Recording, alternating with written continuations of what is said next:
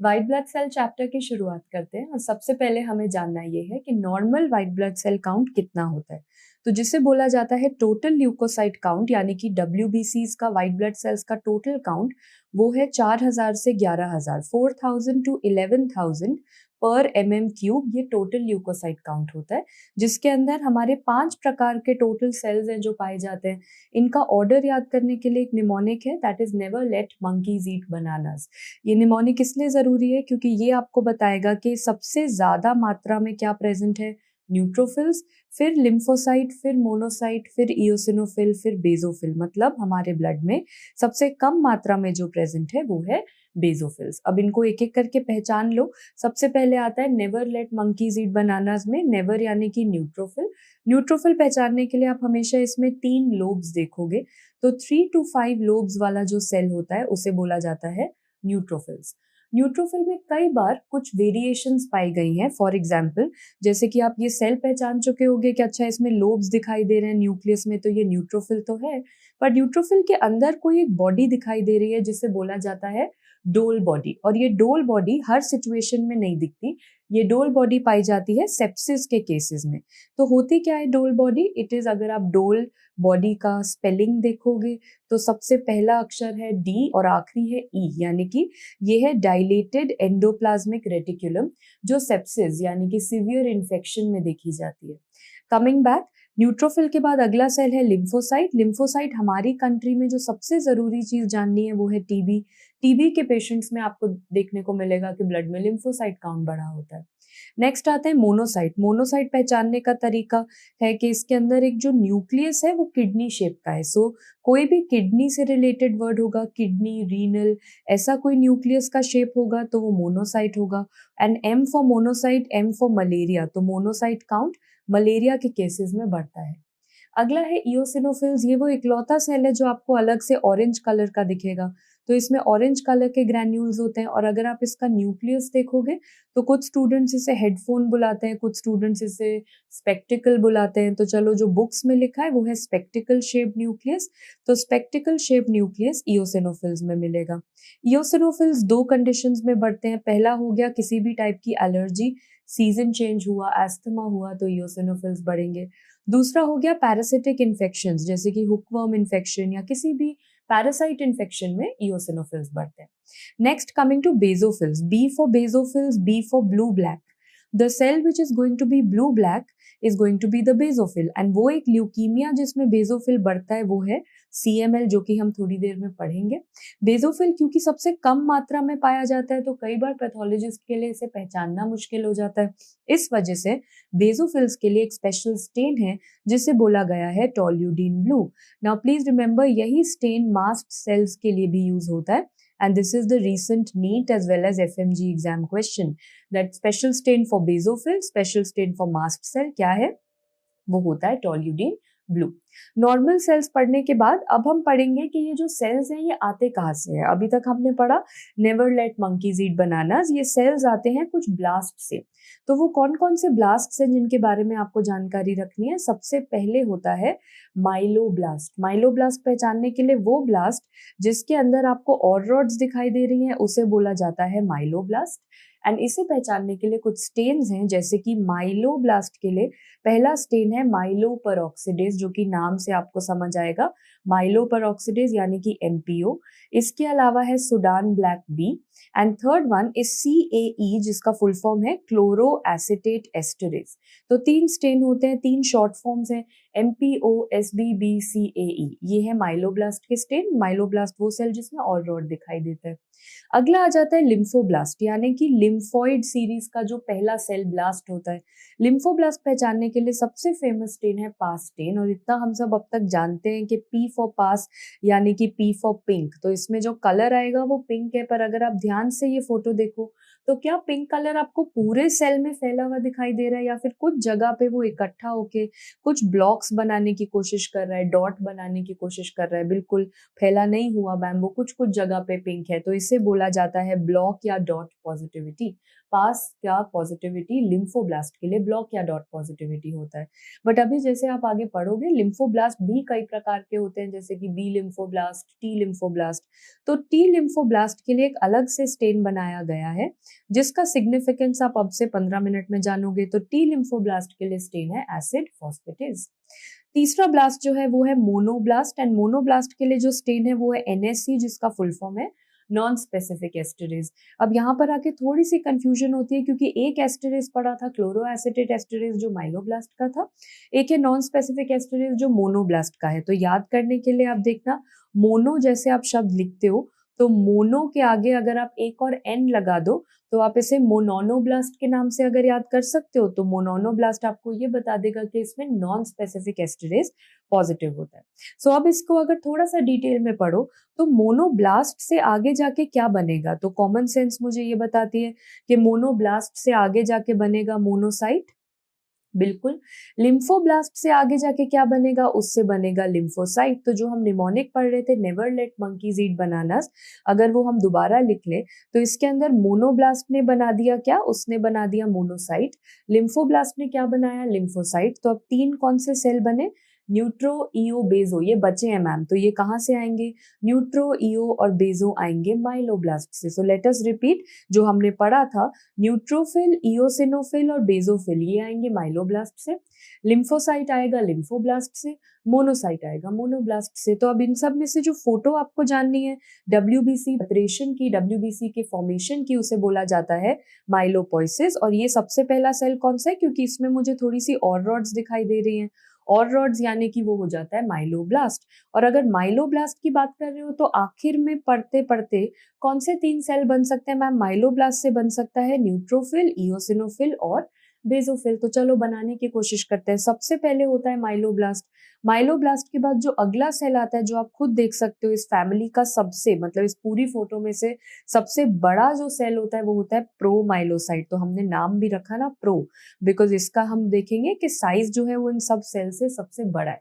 अब प्रोमाइलोसाइट में से अगर आप प्रो शब्द हटा दो तो बचा माइलोसाइट, यानी कि जो अगला सेल बनता है वो है माइलोसाइट। और माइलोसाइट पहचानने के लिए न्यूक्लियस का अगर आप थोड़ा सा फोटो देखो, शेप देखो, तो न्यूक्लियस का जो आकार है वो डी शेप का है। तो याद रखो माइलोसाइट MD, जो की डिग्री आप चाहते हो, इतनी बुरे तरीके से चाहते हो, वो डिग्री माइलोसाइट के पास ऑलरेडी है। कौन सी डिग्री, माइलोसाइट डी शेप है। ओके, माइलोसाइट शब्द के आगे अब एक और शब्द आप लगा दो, मेटामाइलोसाइट। तो जो अगला सेल बनता है उसका नाम है मेटामाइलोसाइट। कैसे लिखा, MM, मेटामाइलोसाइट। तो न्यूक्लियस भी देखो कैसा है, M के आकार में है। थोड़ा सा मैम इसमें देखें अगर हम, तो न्यूक्लियस में इंडेंटेशन है, मतलब इसे बोला जाएगा इंडेंटेड न्यूक्लियस। ठीक है, इसके बाद अगला, उसी इंडेंटेशन को थोड़ा सा और डीप कर दो, अब और ज्यादा अंदर की तरफ उस इंडेंटेशन को कर दिया। तो क्या ये हेयर बैंड की तरह लग रहा है, जो हेयर बैंड लड़कियां पहनती हैं। तो रिमेंबर दैट हेयर बैंड या स्टैब फॉर्म है अगला सेल। एंड फाइनली इसके बाद या तो न्यूट्रो बनेगा या ईओ बनेगा या बेजो बनेगा। यहाँ पर हम देख सकते हैं कि फिर डेफिनेटली ये जो सेल है लोब्स वाला, ये तो न्यूट्रोफिल होगा। तो अब कब डिसाइड होता है कि क्या बनेगा, ये डिसीजन कब होता है, तो आपकी लाइफ का सबसे अहम डिसीजन कब बनेगा, वो बनेगा जब आप MD डिग्री की ब्रांच डिसाइड करोगे।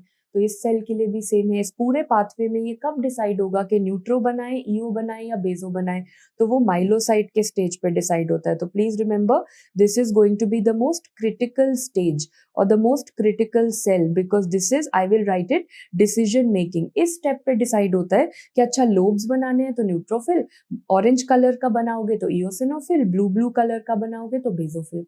That is how you have to understand myelopoiesis. Normal पढ़ने के बाद अब हम जो अगला शुरू करेंगे वो है सारे ल्यूकीमियास। ल्यूकीमिया का basic earth I am sure सब जानते हैं, जो कि होता है ब्लड कैंसर। अभी हम बात कर रहे हैं ALL की, यानी कि अक्यूट ल्यूकीमिया।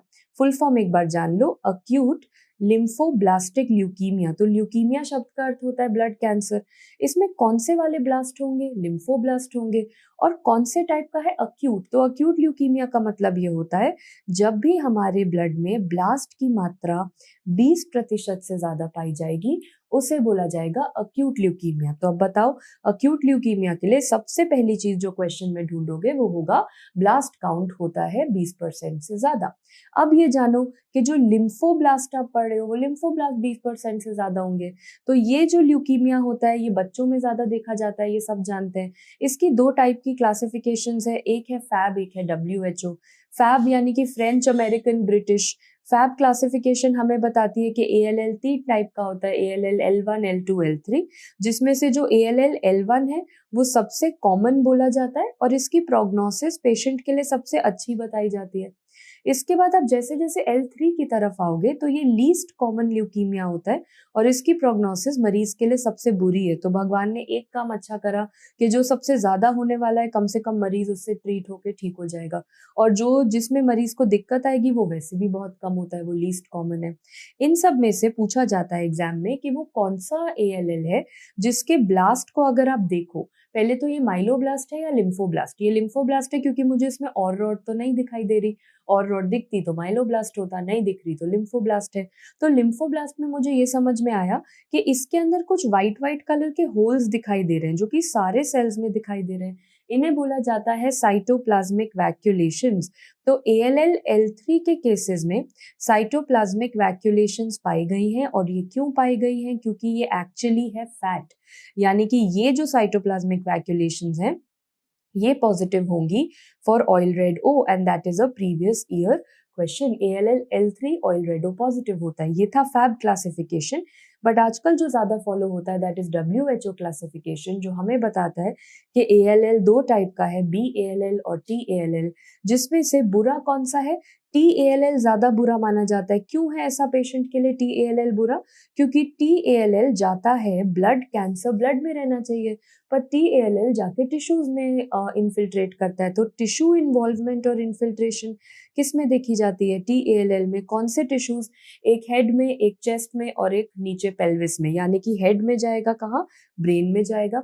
चेस्ट में देखें तो हम बोल सकते हैं ठीक है ये मीडियास्टिनम में जाता है, और अगर पेल्विस की साइड बोले तो ये जाता है टेस्टिकुलर टिश्यूज में, यानी कि मेल्स में ये टेस्टिकुलर टिश्यू में जाएगा।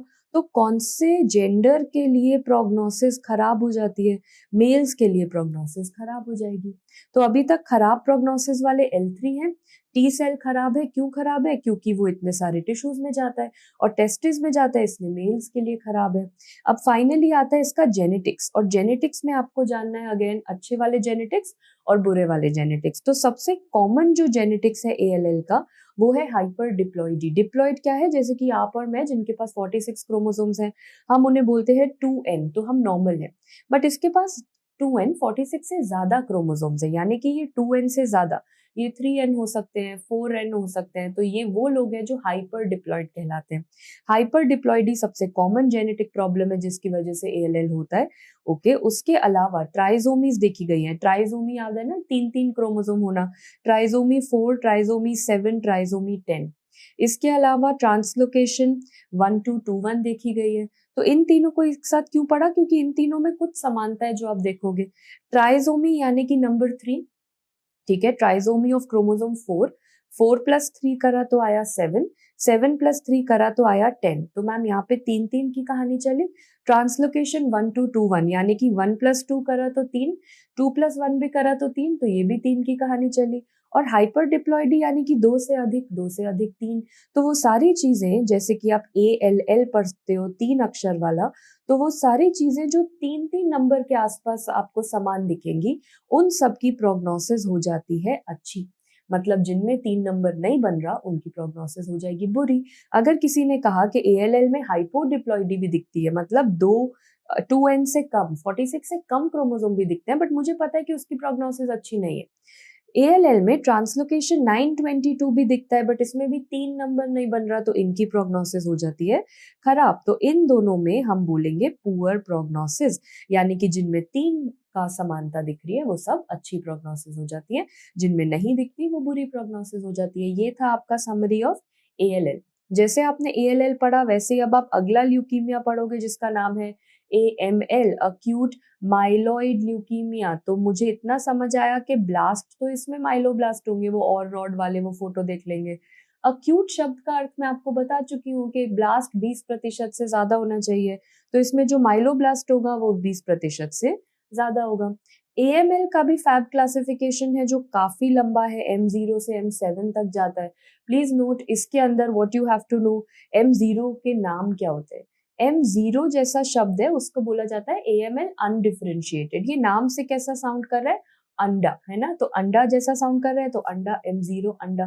तो AML M0 को अनडिफरेंशिएटेड या अंडा इसलिए बोल रहे हैं क्योंकि अभी हमने पढ़ा था कि माइलोब्लास्ट के लिए एक स्टेन है जो हमेशा पॉजिटिव होगा, माइलोपेरोक्सिडेज।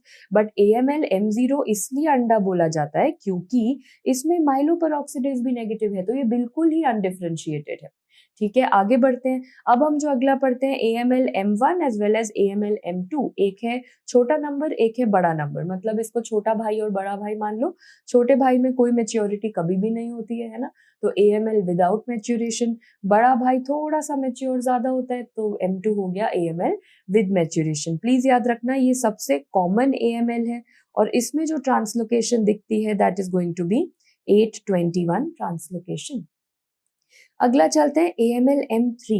AML M3 का नाम है APML। फुल फॉर्म क्या है, अक्यूट प्रोमाइलोसिटिक ल्यूकीमिया। इसके बारे में बहुत से क्वेश्चंस आते हैं, तो I will have to take it up on a separate slide.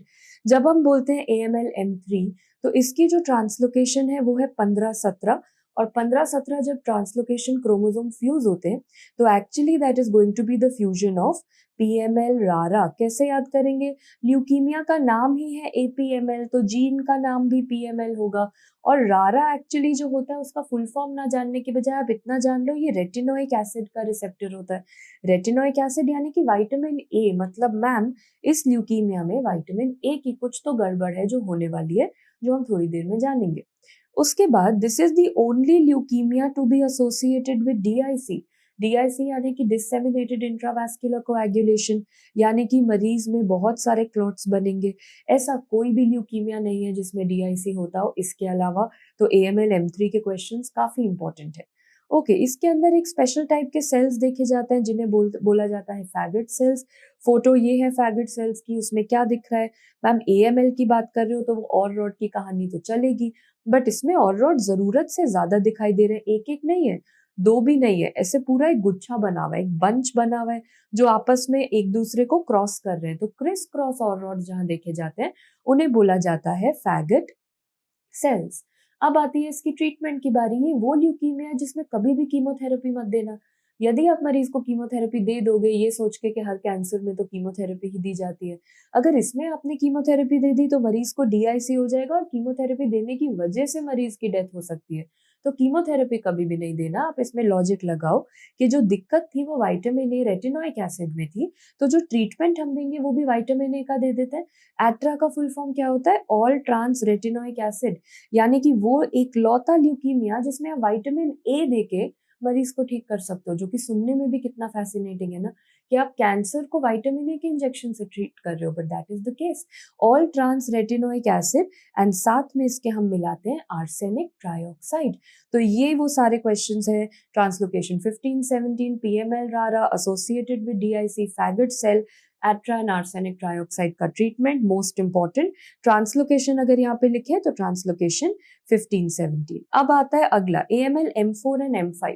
इन दोनों में कुछ समानता ये है, M4 का नाम है अक्यूट माइलोमोनोसिटिक ल्यूकीमिया, जिसके नाम से आपको इतना समझ आ रही है कि अच्छा इसमें दो प्रकार के ब्लास्ट दिखेंगे।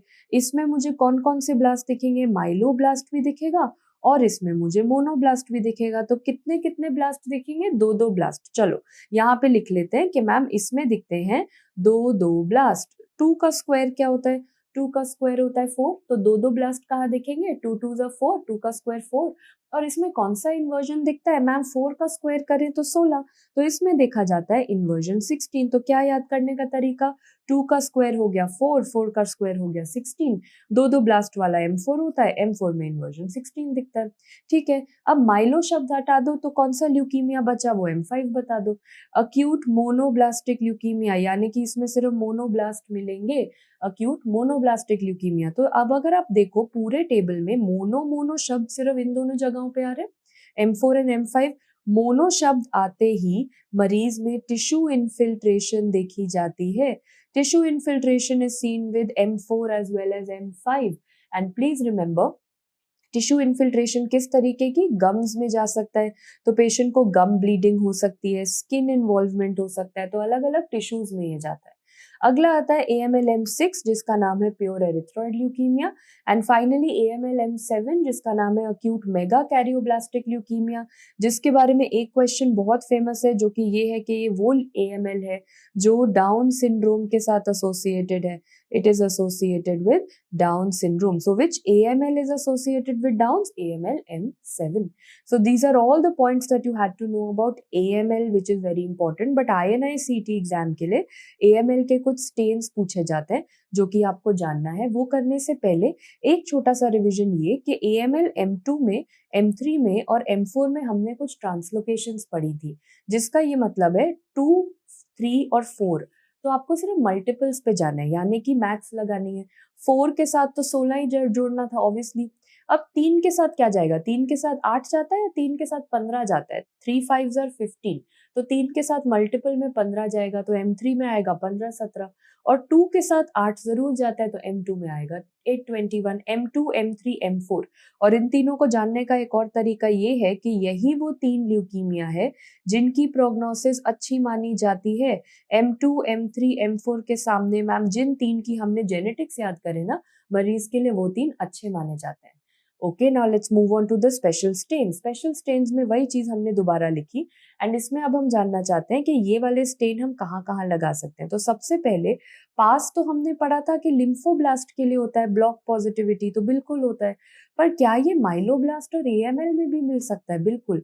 M3 6 एंड 7 में पास पॉजिटिव हो सकता है. Remember M3 M6 and M7 के सामने, जिसको आपने पिंक कलर में लिखा है, तो M3 M6 एंड M7 के सामने तो पास पॉजिटिव लिख दो, कहानी खत्म. M0 तो अंडा था, तो अंडा में तो कुछ भी पॉजिटिव नहीं होगा, MPO तक पॉजिटिव नहीं होगा. बाकी सब में मैम जहां जहां माइलोब्लास्ट दिख रहे हैं वहां MPO और CAE तो लिख दो ना, जो माइलोब्लास्ट के स्टेन्स हैं तो लिख देते हैं. M1 के सामने लिख दो MPO और क्लोरोएसिटेट एस्टरेज. M2 के सामने भी MPO और क्लोरोएसिटेट एस्टरेज. M4 के सामने भी MPO और क्लोरोएसिटेट एस्टरेज. बट NSE कहाँ पे लिखे? मोनोब्लास्ट के सामने याद है नॉन स्पेसिफिक एस्टरेज, तो मोनोब्लास्ट इन दोनों में पाए जाते हैं. मतलब हम नॉन स्पेसिफिक एस्टरेज लिखेंगे M4 में और नॉन स्पेसिफिक एस्टरेज लिखेंगे M5 में. अब ध्यान से देखो, ड्यूअल दो दो एस्टरेज कहाँ लिखे, मतलब M4 में मैम आपने माइलोब्लास्ट और मोनोब्लास्ट दोनों दिखे थे, तो माइलोब्लास्ट के लिए आपने ये वाला एस्टरेज लगाया, मोनोब्लास्ट के लिए आपने ये वाला एस्टरेज लगाया, यानी कि दो दो एस्टरेज लगाए, जिसे बोला जाता है chloroacetate esterase plus non specific esterase. देखा जाएगा AML M4 में. That is a question that you get in INI-CET. Finally done with the AMLs and we can now go on to the chronic leukemias. Chronic leukemia में सबसे पहले आता है CLL, जिसका full form क्या है? Chronic lymphocytic leukemia. अब इसमें एकदम से जो समझने वाली बात है वो ये आती है कि chronic शब्द आते ही वो acute leukemia वाला क्राइटेरिया गया. क्या अब ब्लास्ट काउंट 20% से ज्यादा होगा? बिल्कुल भी नहीं, 20 से कम ही होगा, क्योंकि अब हम क्रॉनिक में आ चुके हैं. तो जब ब्लास्ट है ही नहीं, ब्लास्ट की बात करनी ही नहीं है, तो ब्लास्ट शब्द लिखो ही मत. क्रॉनिक लिम्फोब्लास्टिक ल्यूकीमिया मत लिखना, क्रॉनिक लिम्फोसिटिक ल्यूकीमिया हो जाता है, क्योंकि इसके अंदर ब्लास्ट शब्द की बात ही नहीं करनी, लिम्फोसाइट दिखेंगे. सबसे कॉमन जेनेटिक्स इसमें क्या पाई जाती है? That is going to be deletion 13q. And neoplasia में आपने क्वेश्चन पढ़ा था, this is never ever associated with radiation. So this is that only leukemia which is never associated with radiation. क्या क्राइटेरिया है, ये किसमें देखा जाता है? तो सबसे पहले ये जो कैंसर है ये मोस्ट कॉमन क्रॉनिक ल्यूकीमिया है जो एल्डरली में देखा जाता है. ये हमेशा कोई 70-75 ईयर ओल्ड के ओल्ड अंकल या आंटी होंगे जो आपके पास आएंगे. तो आप देखोगे कि उनके पेरिफेरल ब्लड में जब आपने एब्सोल्यूट लिम्फोसाइट काउंट कैलकुलेट करने की कोशिश करी तो एब्सोल्यूट लिम्फोसाइट काउंट 5000 से ज्यादा मिला. आपने उनका ब्लड टेस्ट करा, उनके ब्लड टेस्ट में लिम्फोसाइट ही लिम्फोसाइट दिखे जा रहे हैं. ठीक है, उसके बाद अब ब्लड में इतने लिम्फोसाइट दिख रहे हैं तो आप जानना चाहते हो बोन मैरो में कितने? बोन मैरो में 30% से ज्यादा लिम्फोसाइट पाए गए हैं. ठीक है, अब ये लिम्फोसाइट किस तरीके के हैं, तो आपने तीसरी चीज करी फ्लो साइटोमेट्री। ये लिम्फोसाइट CD5 के लिए भी पॉजिटिव निकले, CD23 के लिए भी पॉजिटिव निकले और CD200 के लिए भी पॉजिटिव निकले, यानी कि सब चीजों के लिए पॉजिटिव निकलते हैं। याद करने के लिए आपने तीनों याद कर लिए। एक्चुअली क्राइटेरिया के लिए सिर्फ ये दोनों जरूरी है। 200 तो बहुत नया मार्कर है, अभी अभी आया है, क्वेश्चन भी आना शुरू हो चुका है, बट क्राइटेरिया में ऐड नहीं किया गया। बट हमें याद करना ही है तो कर लेते हैं। तो सबसे पहले ब्लड में कितने लिम्फोसाइट, 5000 से ज्यादा।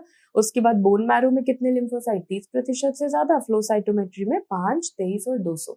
तीनों ये मार्कर सब कुछ, मतलब CLL में हम लोग ऐसा बोलते हैं हिमैट में कि सब कुछ पॉजिटिव आएगा।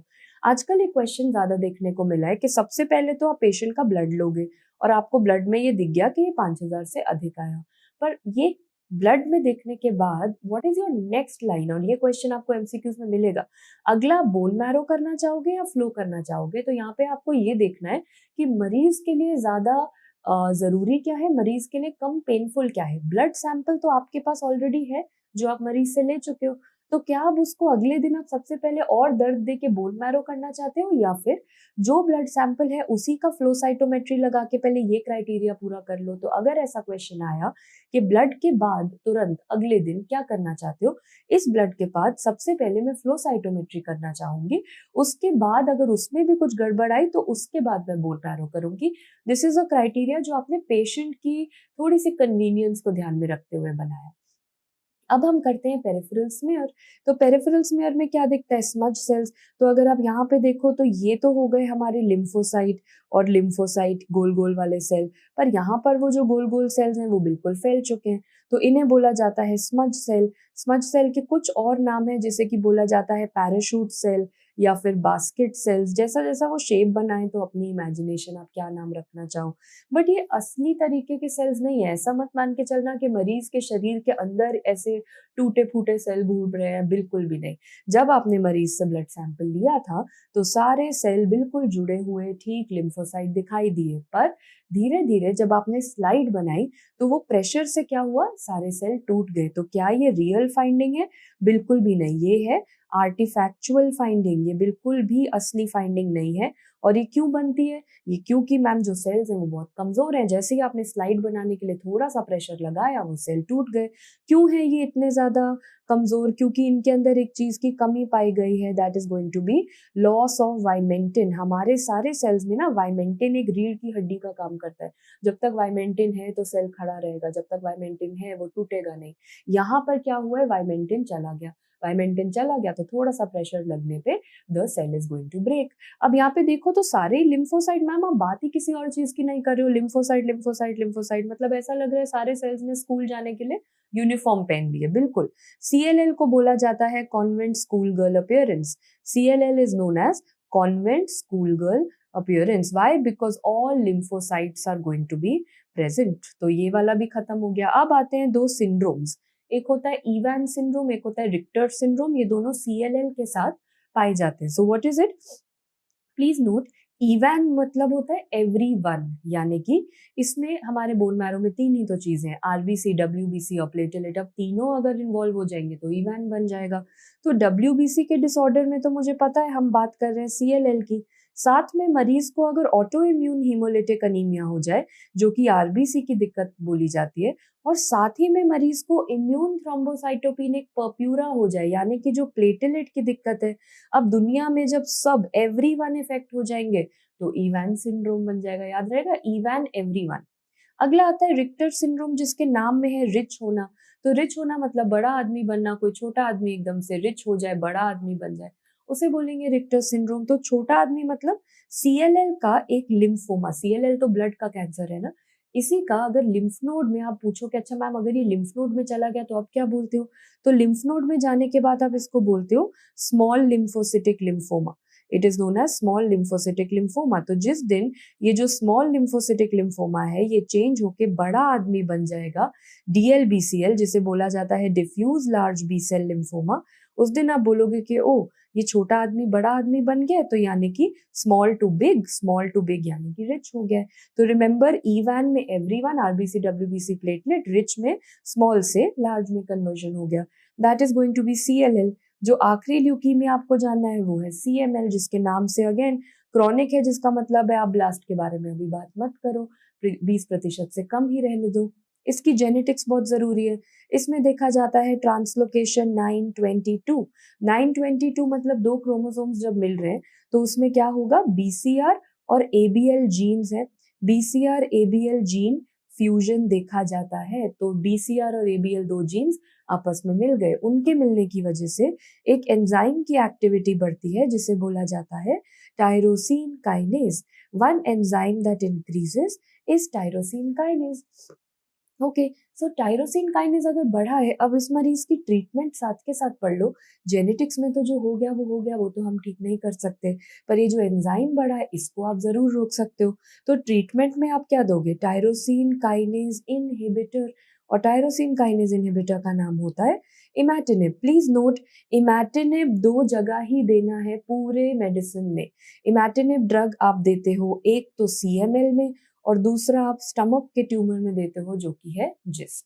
ठीक है, सीएमएल का जेनेटिक्स और ट्रीटमेंट हो गया, बट इसमें एक चीज और है जो आप सबको जाननी है, and that is going to be कि जब जब आप ट्रांसलोकेशन 922 पढ़ोगे, there is going to be a catch over here. Translocation 922 में बीसीआर और एबीएल जब जुड़ रहे हैं, तो जुड़ने के बाद जैसे कि यहाँ पे आप देख रहे हो 2 क्रोमोसोम्स हैं जिसकी वजह से 2 जीन्स जो हैं वो जुड़ रहे हैं, फ्यूज हो रहे हैं।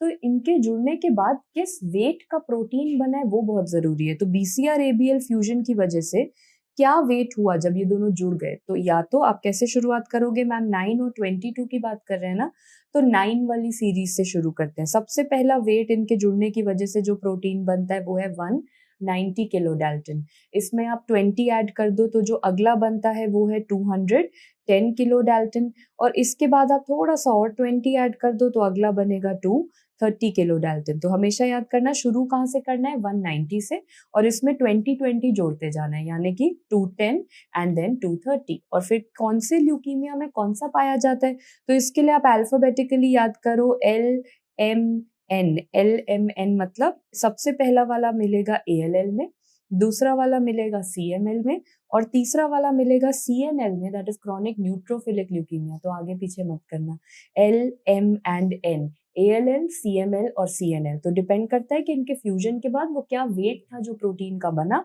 वेट के हिसाब से आप अपना आंसर दे दोगे। तो यहाँ पर जब हम CML की बात कर रहे हैं तो 210 किलो डाल्टन का प्रोटीन बनता है। अब आगे बढ़ते हैं कि अगर मुझे क्लिनिकली पेशेंट देखना है तो patient comes to you with massive splenomegaly. Patient के स्प्लीन का साइज बहुत बड़ा होगा जो कि मरीज खुद तो आपको नहीं बता पाएगा, बट मरीज आपको ये कहेगा कि अच्छा मेरे कुछ पेट में खिंचाव जैसा महसूस हो रहा है, तो dragging sensation in the abdomen. अगर ऐसा शब्द मरीज बोलता है कि पेट में कोई खिंचाव जैसा महसूस हो रहा है तो वो स्प्लीन की वजह से है। तो ये होगा एक clinical feature in the question जो बहुत जरूरी है। अब आते हैं फेजेस की तरफ। फेजेस में 3 फेज होते हैं जिनको हम याद करते हैं सीएमएल के कैब फेजेस, क्रॉनिक, एक्सेलरेटेड और ब्लास्ट। एंड क्या है ये criteria, criteria says chronic phase में जो ब्लास्ट काउंट है वो 10% से कम होगा। एक्सेलरेटेड फेज में जैसे गाड़ी एक्सेलरेट करके आगे बढ़ाते हो तो इसमें जो ब्लास्ट काउंट होगा वो थोड़ा आगे बढ़ाना, दैट इज 10 to 19%। और कैब यानी कि B for blast crisis, blast मतलब उसमें ज्यादा हो गए, 20% पार कर गए। और इतना हम जानते हैं कि जैसे ही 20% पार होगा तो क्रॉनिक शब्द अब आप नहीं बोल सकते, अब वो अक्यूट ल्यूकीमिया बन जाएगा। यानी कि जो सीएमएल है उसे या तो आप एएमएल में कन्वर्ट कर चुके हो या फिर एएलएल में कन्वर्ट कर चुके हो, और ज्यादा तौर पे माइलो साथ में रहेगा तो एएमएल में कन्वर्ट होता है। तो ये तो इनका डिफरेंस था ब्लास्ट काउंट के बेसिस पर एक्सेलरेटेड में कुछ और चीजें पाई जाती हैं। सबसे पहली चीज, जो बेजोफिल काउंट है वो 20% पार करता है। तो एग्जाम में क्या चीज 20% पार करी ये जरूर देख लेना। ब्लास्ट काउंट करा तो ब्लास्ट क्राइसिस है, और बेजोफिल करा तो एक्सेलरेटेड फेज है। इसके अलावा एक्सेलरेटेड फेज में जो और दिक्कत देखी गई है वो जो पेशेंट का total leucocyte count, WBC count है, या तो वो जरूरत से ज्यादा बढ़ा हुआ या जरूरत से ज्यादा कम है। प्लेटलेट काउंट या तो जरूरत से ज्यादा बढ़ा हुआ या जरूरत से ज्यादा कम है, या फिर जो स्प्लीन का साइज है वो भी बढ़ता ही जा रहा है, मतलब बढ़ रहा है पर कम नहीं हो रहा है, नॉट रिड्यूसिंग। तो आप कहोगे कि मैम आप इमैटिनिब दे के देखो ना शायद ठीक हो जाए, तो आपने वो भी दे के देख लिया। This is said to be not responsive to therapy, मतलब आप ट्रीटमेंट दे रहे हो और उसके बावजूद ये सब ठीक नहीं हो रहा है, मतलब डिजीज बढ़ रही है, एक्सेलरेट हो रही है। तो ये जितने भी क्राइटेरिया है ये एक्सेलरेटेड फेज के क्राइटेरिया है। आजकल एक अपडेट ये आया है कि WHO ने ऐसा बोला है कि एक्सेलरेटेड फेज का ट्रीटमेंट पॉइंट ऑफ व्यू से ज्यादा कोई इंपॉर्टेंस नहीं है।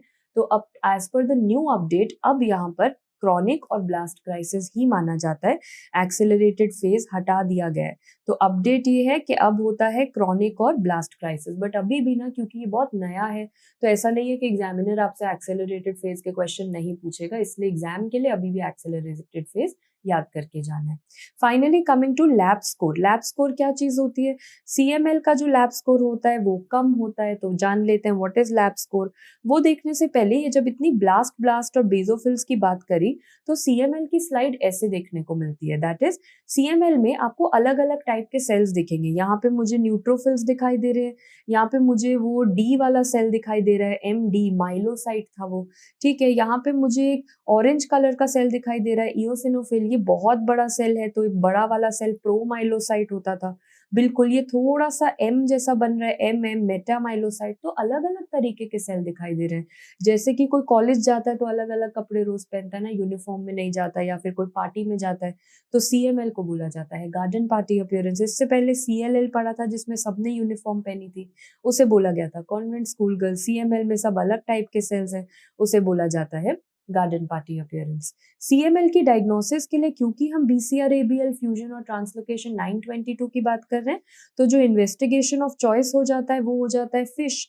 फिश पे आप क्या देखना चाहते हो? Philadelphia chromosome. तो इसमें ध्यान से देखो, आपको बताया गया है कि एबीएल जीन को मिला है रेड कलर, तो यहाँ पे दोबारा आई विल राइट एबीएल जीन को मिला है रेड कलर, और बीसीआर जीन को क्या मिला है? बीसीआर को मिला है ग्रीन कलर। तो हम सब में रेड अलग, एबीएल अलग, बीसीआर अलग। बट इन मरीजों में क्या आपको दिख रहा है कि रेड और ग्रीन आपस में फ्यूज हो गए हैं। रेड और ग्रीन जब आपस में फ्यूज हो गए हैं तो वो येलो कलर का फ्यूजन बना रहे हैं। यही आपको फिश में दिखता है, बीसीआर एबीएल फ्यूजन देखा जाता है। फाइनली इसकी डायग्नोसिस के लिए हमने करा एक lab score. LAP score investigation of choice नहीं है, बट डेफिनेटली क्वेश्चन आएगा। तो लैब स्कोर का फुल फॉर्म, लैब को नैप भी बोला जाता है। लैब यानी कि ल्यूकोसाइट। कौन से ल्यूकोसाइट को पढ़ना है? नैप यानी कि न्यूट्रोफिल। तो क्या पढ़ना चाह रहे हो इनके अंदर? एपी पढ़ना चाह रहे हैं, जो कि होता है एल्कलाइन फॉस्फेटेज।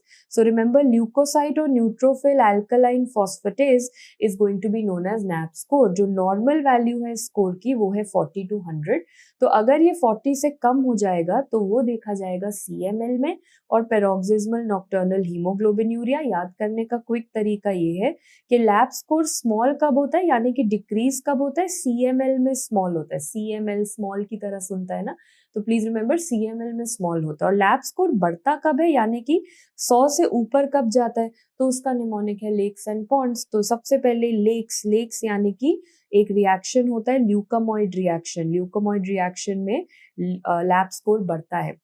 उसके बाद ponds, P for pregnancy, pregnancy में बढ़ेगा, ओसीपी यूजेज में बढ़ेगा, न्यूट्रोफिलिया में बढ़ेगा। सबसे इंपॉर्टेंट क्वेश्चन, न्यूट्रोफिलिया में बढ़ेगा, और साथ में डाउन सिंड्रोम के पेशेंट्स में भी बढ़ता हुआ दिखता है। तो इसका लॉजिक क्या है मैम? यहाँ पे हम गिन रहे हैं न्यूट्रोफिल एल्कलाइन फॉस्फेटेज, तो जहां जहां न्यूट्रोफिल का काउंट बढ़ा वहां वहां ये स्कोर बढ़ गया। तो देखा जाता है कि प्रेगनेंसी में न्यूट्रोफिलिया देखा जाता है तभी लैब स्कोर बढ़ता है। ओसीपी यूजेज में, न्यूट्रोफिलिया में और ल्यूकामॉइड रिएक्शन में भी जहां जहां न्यूट्रोफिल की मात्रा बढ़ेगी वहां वहां ये स्कोर बढ़ेगा, यानी कि लेक्स एंड पॉन्ड्स। और सीएमएल और पीएनएच में ये कम हो जाएगा। That finishes off all the leukaemias for you, that is ALL, AML, CML and CLL. अब उसके बाद जो हम अगला टॉपिक शुरू करेंगे that is going to be the lymphomas. Leukaemias के बाद शुरुआत करते हैं लिम्फोमास। लिम्फोमास यानी कि लिम्फ नोड का कैंसर। सबसे पहली चीज जो हमें जाननी है, कौन सा लिम्फोमा लिम्फ नोड के कौन से भाग में से अपना ओरिजिन लेता है। तो ये है सारे लिम्फ नोड के सेल्स और जोन्स जो आपको सबसे पहले जानने हैं। अगर आप इसमें देखो कि अगर ये आप मानो कि एक ऐसा बी सेल है या फिर एक ऐसा लिम्फोसाइट है जिसने कभी भी लिम्फ नोड में एंट्री नहीं ली, तो ये जो लिम्फोसाइट है इसको आप बोलोगे नाइव बी सेल। मतलब एक इनोसेंट बच्चे की तरह है कि अभी इसको एक्सपोजर होगा, अभी ये देखेगा कि स्कूल में कॉलेज में क्या होने वाला है। तो सबसे पहले होता है नाइव बी सेल। उसके बाद जब वो लिम्फ नोड के अंदर प्रवेश करता है तो सबसे पहला जोन जिसके थ्रू वो पास होके निकलेगा वो बोला जाएगा मैंटल जोन। मैंटल जोन मतलब अभी भी उसको किसी भी प्रकार का चैलेंज लाइफ में नहीं मिला है, तो मैंटल जोन या मैंटल सेल को हम अनचैलेंज्ड जोन भी बोल सकते हैं। उसके बाद रियल चैलेंज आता है जब वो स्कूल और कॉलेज जाता है, जहाँ पे उसका एक्सपोजर होता है सारे एंटीजेंस के साथ। उसे बोला जाता है जर्मिनल सेंटर। तो इस सेंटर वाला एरिया हो गया जर्मिनल सेंटर। जर्मिनल सेंटर से निकलने के बाद जो बी सेल बनेगा वो हो जाएगा पोस्ट जर्मिनल सेंटर। वहां से निकलने के बाद जब वो बिल्कुल मार्जिन पे आता है, तो यहाँ से अगर आप देखो, पहले वो छोटा बच्चा था बी सेल नाइफ, पहले वो अनचैलेंज्ड जोन में आया तो मैंटल सेल, फिर चैलेंज वाले एरिया पे आया तो जर्मिनल सेंटर, जर्मिनल सेंटर पे चैलेंज लेने के बाद वो बन गया post germinal centre B cell. अब वो यहाँ से निकल के आ गया मार्जिन में, तो मार्जिन वाले जोन का सेल बोला जाएगा मार्जिनल सेल या मार्जिनल जोन। उसने या तो ये सारे एक्सपीरियंसेस याद कर लिए मतलब अब जो वो निकल के बना है वो हो गया मेमोरी बी सेल, या फिर वो इन एक्सपीरियंसेस के साथ लाइफ में आगे बढ़ गया सुपर स्पेशलिटी के लिए, तो अगर वो आगे बढ़ गया तो उसे बोला जाएगा प्लाज्मा सेल। यानी कि सबसे पहला क्वेश्चन है कि जब वो बेबी वाला बी सेल था तो उससे कौन सा ल्यूकीमिया लिम्फोमा अराइज हो सकता है? CLL SLL। जब वो मैंटल जोन में गया तो मैंटल सेल लिम्फोमा बनेगा, उसके नाम से समझ आ रहा है। जर्मिनल सेंटर से 3 लिम्फोमा बनते हैं। पहले का नाम है FL यानी कि फॉलिकुलर लिम्फोमा, दूसरे का नाम है BL that is Burkitt's lymphoma, और तीसरे का नाम है DLBCL that is diffuse large B cell lymphoma. तो जर्मिनल सेंटर में से FL, BL और DLBCL। जर्मिनल सेंटर से निकलने के बाद पोस्ट जर्मिनल सेंटर से जो लिम्फोमा अराइज होता है वो होता है हॉजकिंस लिम्फोमा। उसके बाद जो जोन बना पेरिफेरी पे आया, मार्जिन पे आया, तो ऑब्वियस सी बात है कि उसमें जो बनेगा लिम्फोमा वो होगा मार्जिनल जोन लिम्फोमा। अगर उसने मेमोरी में रखे सारे एक्सपीरियंसेस, मेमोरी बी सेल बन गया, तो यहाँ से होगा हेरी सेल ल्यूकीमिया। मेमोरी कहाँ होती है? ब्रेन में। ब्रेन और हेयर एक साथ याद रखना, तो हेरी सेल ल्यूकीमिया। अगर वो बी सेल आगे जाके लाइफ में कुछ और बन गया दैट इज प्लाज्मा सेल बन गया और एंटीबॉडी बनाने लग गया, अब जो इससे ल्यूकीमिया लिम्फोमा होगा वो नहीं है, वो अलग कैंसर है, प्लाज्मा सेल का कैंसर, मल्टीपल माइलोमा। तो ये सब शॉर्ट फॉर्म में क्यों लिखा? क्योंकि अब अगले आधे घंटे तक ये सारी चीजें आपको डिटेल में पढ़नी है। Let us start. सबसे पहले हम हॉजकिंस लिम्फोमा से शुरुआत करते हैं, क्योंकि लिम्फोमा को हम 2 भागों में डिवाइड करेंगे, एक होगा हॉजकिंस लिम्फोमा और एक होगा नॉन हॉजकिंस लिम्फोमा। तो हॉजकिंस लिम्फोमा में सबसे पहले अगर हम पढ़ें तो ये पोस्ट जर्मिनल बी सेल से आया था, ये तो हमें समझ आ गई। हॉजकिंस लिम्फोमा को 2 कैटेगरीज में डिफाइन किया गया है, एक है क्लासिकल हॉजकिंस लिम्फोमा और एक है नॉन क्लासिकल। और किस बेसिस पे किया गया? क्योंकि क्लासिकल में आप जो सब पढ़ोगे ये सारे जो हैं they are associated with Epstein Barr virus. So please remember, classical Hodgkin's lymphoma associated होता है एप्स्टीन बार वायरस के साथ। क्लासिकल हॉजकिंस लिम्फोमा में आपको वो RS सेल्स दिखाई देंगे जो कि आप जानते हो पॉपकॉर्न, अलग अलग टाइप के, आउलाए, पॉपकॉर्न, लैक्यूनर, जो अभी हम देखेंगे, बट अभी के लिए जो हम मान रहे हैं वो हमारा आउलाए वाला RS सेल। तो जल्दी से एक बार फोटो देख लेते हैं, ये था हमारा आउलाए वाला RS सेल जो कि क्लासिकल RS सेल जाना जाता है। और इसके जो मार्कर्स हैं वो है CD15, CD30 एंड PAX5, जिसके ऊपर क्वेश्चन ये आता है कि इनमें से जो सबसे सेंसिटिव मार्कर है that is going to be CD30 and जो सबसे स्पेसिफिक मार्कर है that is going to be PAX5, और ये दोनों हमारे प्रीवियस ईयर क्वेश्चंस हैं। तो coming back, CD15, 30, PAX5, CD30 हो गया सेंसिटिव, PAX5 हो गया स्पेसिफिक। अब आगे बढ़ते हैं कि क्लासिकल हॉजकिंस लिम्फोमा में 4 चीजें आती हैं। सबसे पहला है नोड्यूलर स्क्लेरोसिस, जो कि सबसे कॉमन है पूरे वर्ल्ड में। नोड्यूलर स्क्लेरोसिस के अंदर जो RS सेल दिखता है उसे बोला जाता है लैक्यूनर सेल। तो जैसा जैसा नाम है वैसा राइमिंग बना देना, नोड्यूलर, लैक्यूनर। तो लैक्यूनर RS सेल ऐसा दिखाई देता है कि देखने में तो ये बिल्कुल आउलाई की तरह होगा, बट इस आउलाई के आसपास अगर आप देखो तो व्हाइट कलर का एरिया बन रहा है जो कि है लैक्यूना। तो this is known as lacunar RS cell. अगला हो जाता है मिक्स सेल्युलैरिटी। मिक्स सेल्युलैरिटी में MI आता है, तो ये इंडिया में मोस्ट कॉमन है, most common in India MI वाला। और इंडिया में आपने कौन सा RS सेल रखा? जो क्लासिकल वाला उल्लू RS आउलाए वो वाला आपने इंडिया में रखा। इंडिया में ही सबसे कॉमन नहीं है, ये EBV के साथ भी सबसे कॉमन मिक्स सेल्युलैरिटी होता है। HIV के पेशेंट में हॉजकिंस दिखेगा तो वो भी मिक्स सेल्युलैरिटी होता है। तो सारी कॉमन चीजें यहाँ पे आ जाएंगी। अगला आता है लिम्फोसाइट रिच, जिसमें बहुत सारे लिम्फोसाइट्स दिखेंगे। उसमें हमें मोनोन्यूक्लियर RS सेल दिखेगा, मतलब हम आमतौर पे 2 आंखें बना आते हैं आउलाई के लिए, यहाँ पे हम एक न्यूक्लियस बनाएंगे तो वो एक आंख वाला आरएस सेल दिखेगा। और याद करने का तरीका ऐसा जाता है कि इसके अंदर हम फिलोसफी बढ़ेंगे थोड़ी सी, कि जो रिच लोग होते हैं और जो सिर्फ पैसे के पीछे भागते हैं और अपने फ्रेंड्स अपने रिश्तों को ज्यादा इंपॉर्टेंस नहीं देते, वो यूजुअली लाइफ में अकेले रह जाते हैं। तो रिच एंड मोनो, तो रिच के साथ मोनोन्यूक्लियर आरएस सेल। दूसरा है लिम्फोसाइट डिप्लीटेड, यानी कि जिसके अंदर बिल्कुल भी लिम्फोसाइट नहीं होंगे। डिप्लीटेड शब्द मुझे थोड़ा सा डेथ की याद दिलाता है, तो इसमें जो आरएस सेल होगा वो भी डेथ के नाम पर होगा, ममिफाइड आरएस सेल। और ये डेथ वाली चीजों में ही देखा जाएगा, मतलब ये एचआईवी के पेशेंट्स में देखा जा सकता है। और क्योंकि इतनी डेथ की बातें करी है, तो सारे लिम्फोमा हॉजकिंस में से सबसे बुरी प्रोग्नोसिस होती है पेशेंट की, वर्स्ट प्रोग्नोसिस। सो रिपीटिंग, नोड्यूलर मैलाक्यूलर, मिक्स सेल्युलैरिटी इंडिया वाला आउलाई, lymphocyte rich, rich and alone mononuclear, lymphocyte depleted, dead, depleted मरावा टाइप, तो मरावा में mummified RSL। ये सारे थे क्लासिकल हॉजकिंस लिम्फोमा, क्योंकि ये ईबीवी की वजह से होते हैं। एक आता है नॉन क्लासिकल हॉजकिंस लिम्फोमा, और उसकी वैरायटी ये बनी कि that is not associated with Epstein Barr virus. और इसमें कौन कौन से मार्कर्स हैं? दूसरा पॉइंट कि इसमें वो CD1530 वाली कहानी भी नहीं आने वाली, ना ईबीवी की कहानी है ना 1530 की कहानी है, तो फिर किसकी कहानी है? CD20 का लगभग आप डबल करो तो 45, ईमा एंड BCL6। तो याद रखना CD20 ईमा, CD20 का डबल 45, ईमा एंड BCL6, ये मार्कर्स इसमें पॉजिटिव होंगे। और इसमें सिर्फ एक वैरायटी आती है जिसको आप शॉर्ट फॉर्म में लिखते हो NLPHL। HL मतलब हॉजकिंस लिम्फोमा सब जानते हैं, NLP मतलब nodular lymphocyte predominant Hodgkin's lymphoma. And इसमें जो आरएस सेल आपको दिखेगा, पॉपकॉर्न LNH सेल, पॉपकॉर्न यानी कि जैसा आपने पढ़ा बिल्कुल वैसा ही दिखेगा, ये देखने में पॉपकॉर्न की तरह न्यूक्लियस होता है, तो पॉपकॉर्न आरएस सेल दिखेगा NLPHL में, NLPHL। तो एक बार रिवाइज कर लो, आउलाई वाला यूजुअल क्लासिकल मिक्स सेलुलैरिटी इंडिया वाले में दिखता है, ये जो लैक्यूनर आरएस सेल है ये नोड्यूलर स्क्लेरोसिस में दिखता है, एंड पॉपकॉर्न वाला दिखता है NLPHL में। इन सब में से अगर पूछा जाए बेस्ट प्रोग्नोसिस किसका है, तो ओवरऑल मैंने 5 लिम्फोमास पढ़े हैं हॉजकिन में, 4 पढ़े हमने क्लासिकल वैरायटी में, 5वां पढ़ा हमने नॉन क्लासिकल में। तो ओवरऑल ये पॉपकॉर्न वाला सबसे अच्छा है, तो ओवरऑल प्रोग्नोसिस सबसे अच्छी पॉपकॉर्न वाले की, यानी कि NLPHL की। बट अगर इन्होंने पूछा कि इन चारों में से बताओ क्लासिकल वैरायटी में से कौन सा कॉमन है, तो वो होगा हमारा नोड्यूलर स्क्लेरोसिस। तो स्टूडेंट्स ऐसे याद करते हैं कि नूडल्स बहुत अच्छे हैं, जहां जहां नूडल्स आ रहे हैं वहां वहां अच्छा लगा देना कि नोड्यूलर नूडल्स जैसा है, तो इसका प्रोग्नोसिस अच्छा बना दो। और अगर नोड्यूलर लिम्फोसाइट प्रिडोमिनेंट पूछा नूडल्स, तो इसका भी प्रोग्नोसिस अच्छा बना दो। बट दोनों अच्छे में से सबसे अच्छा कौन सा है?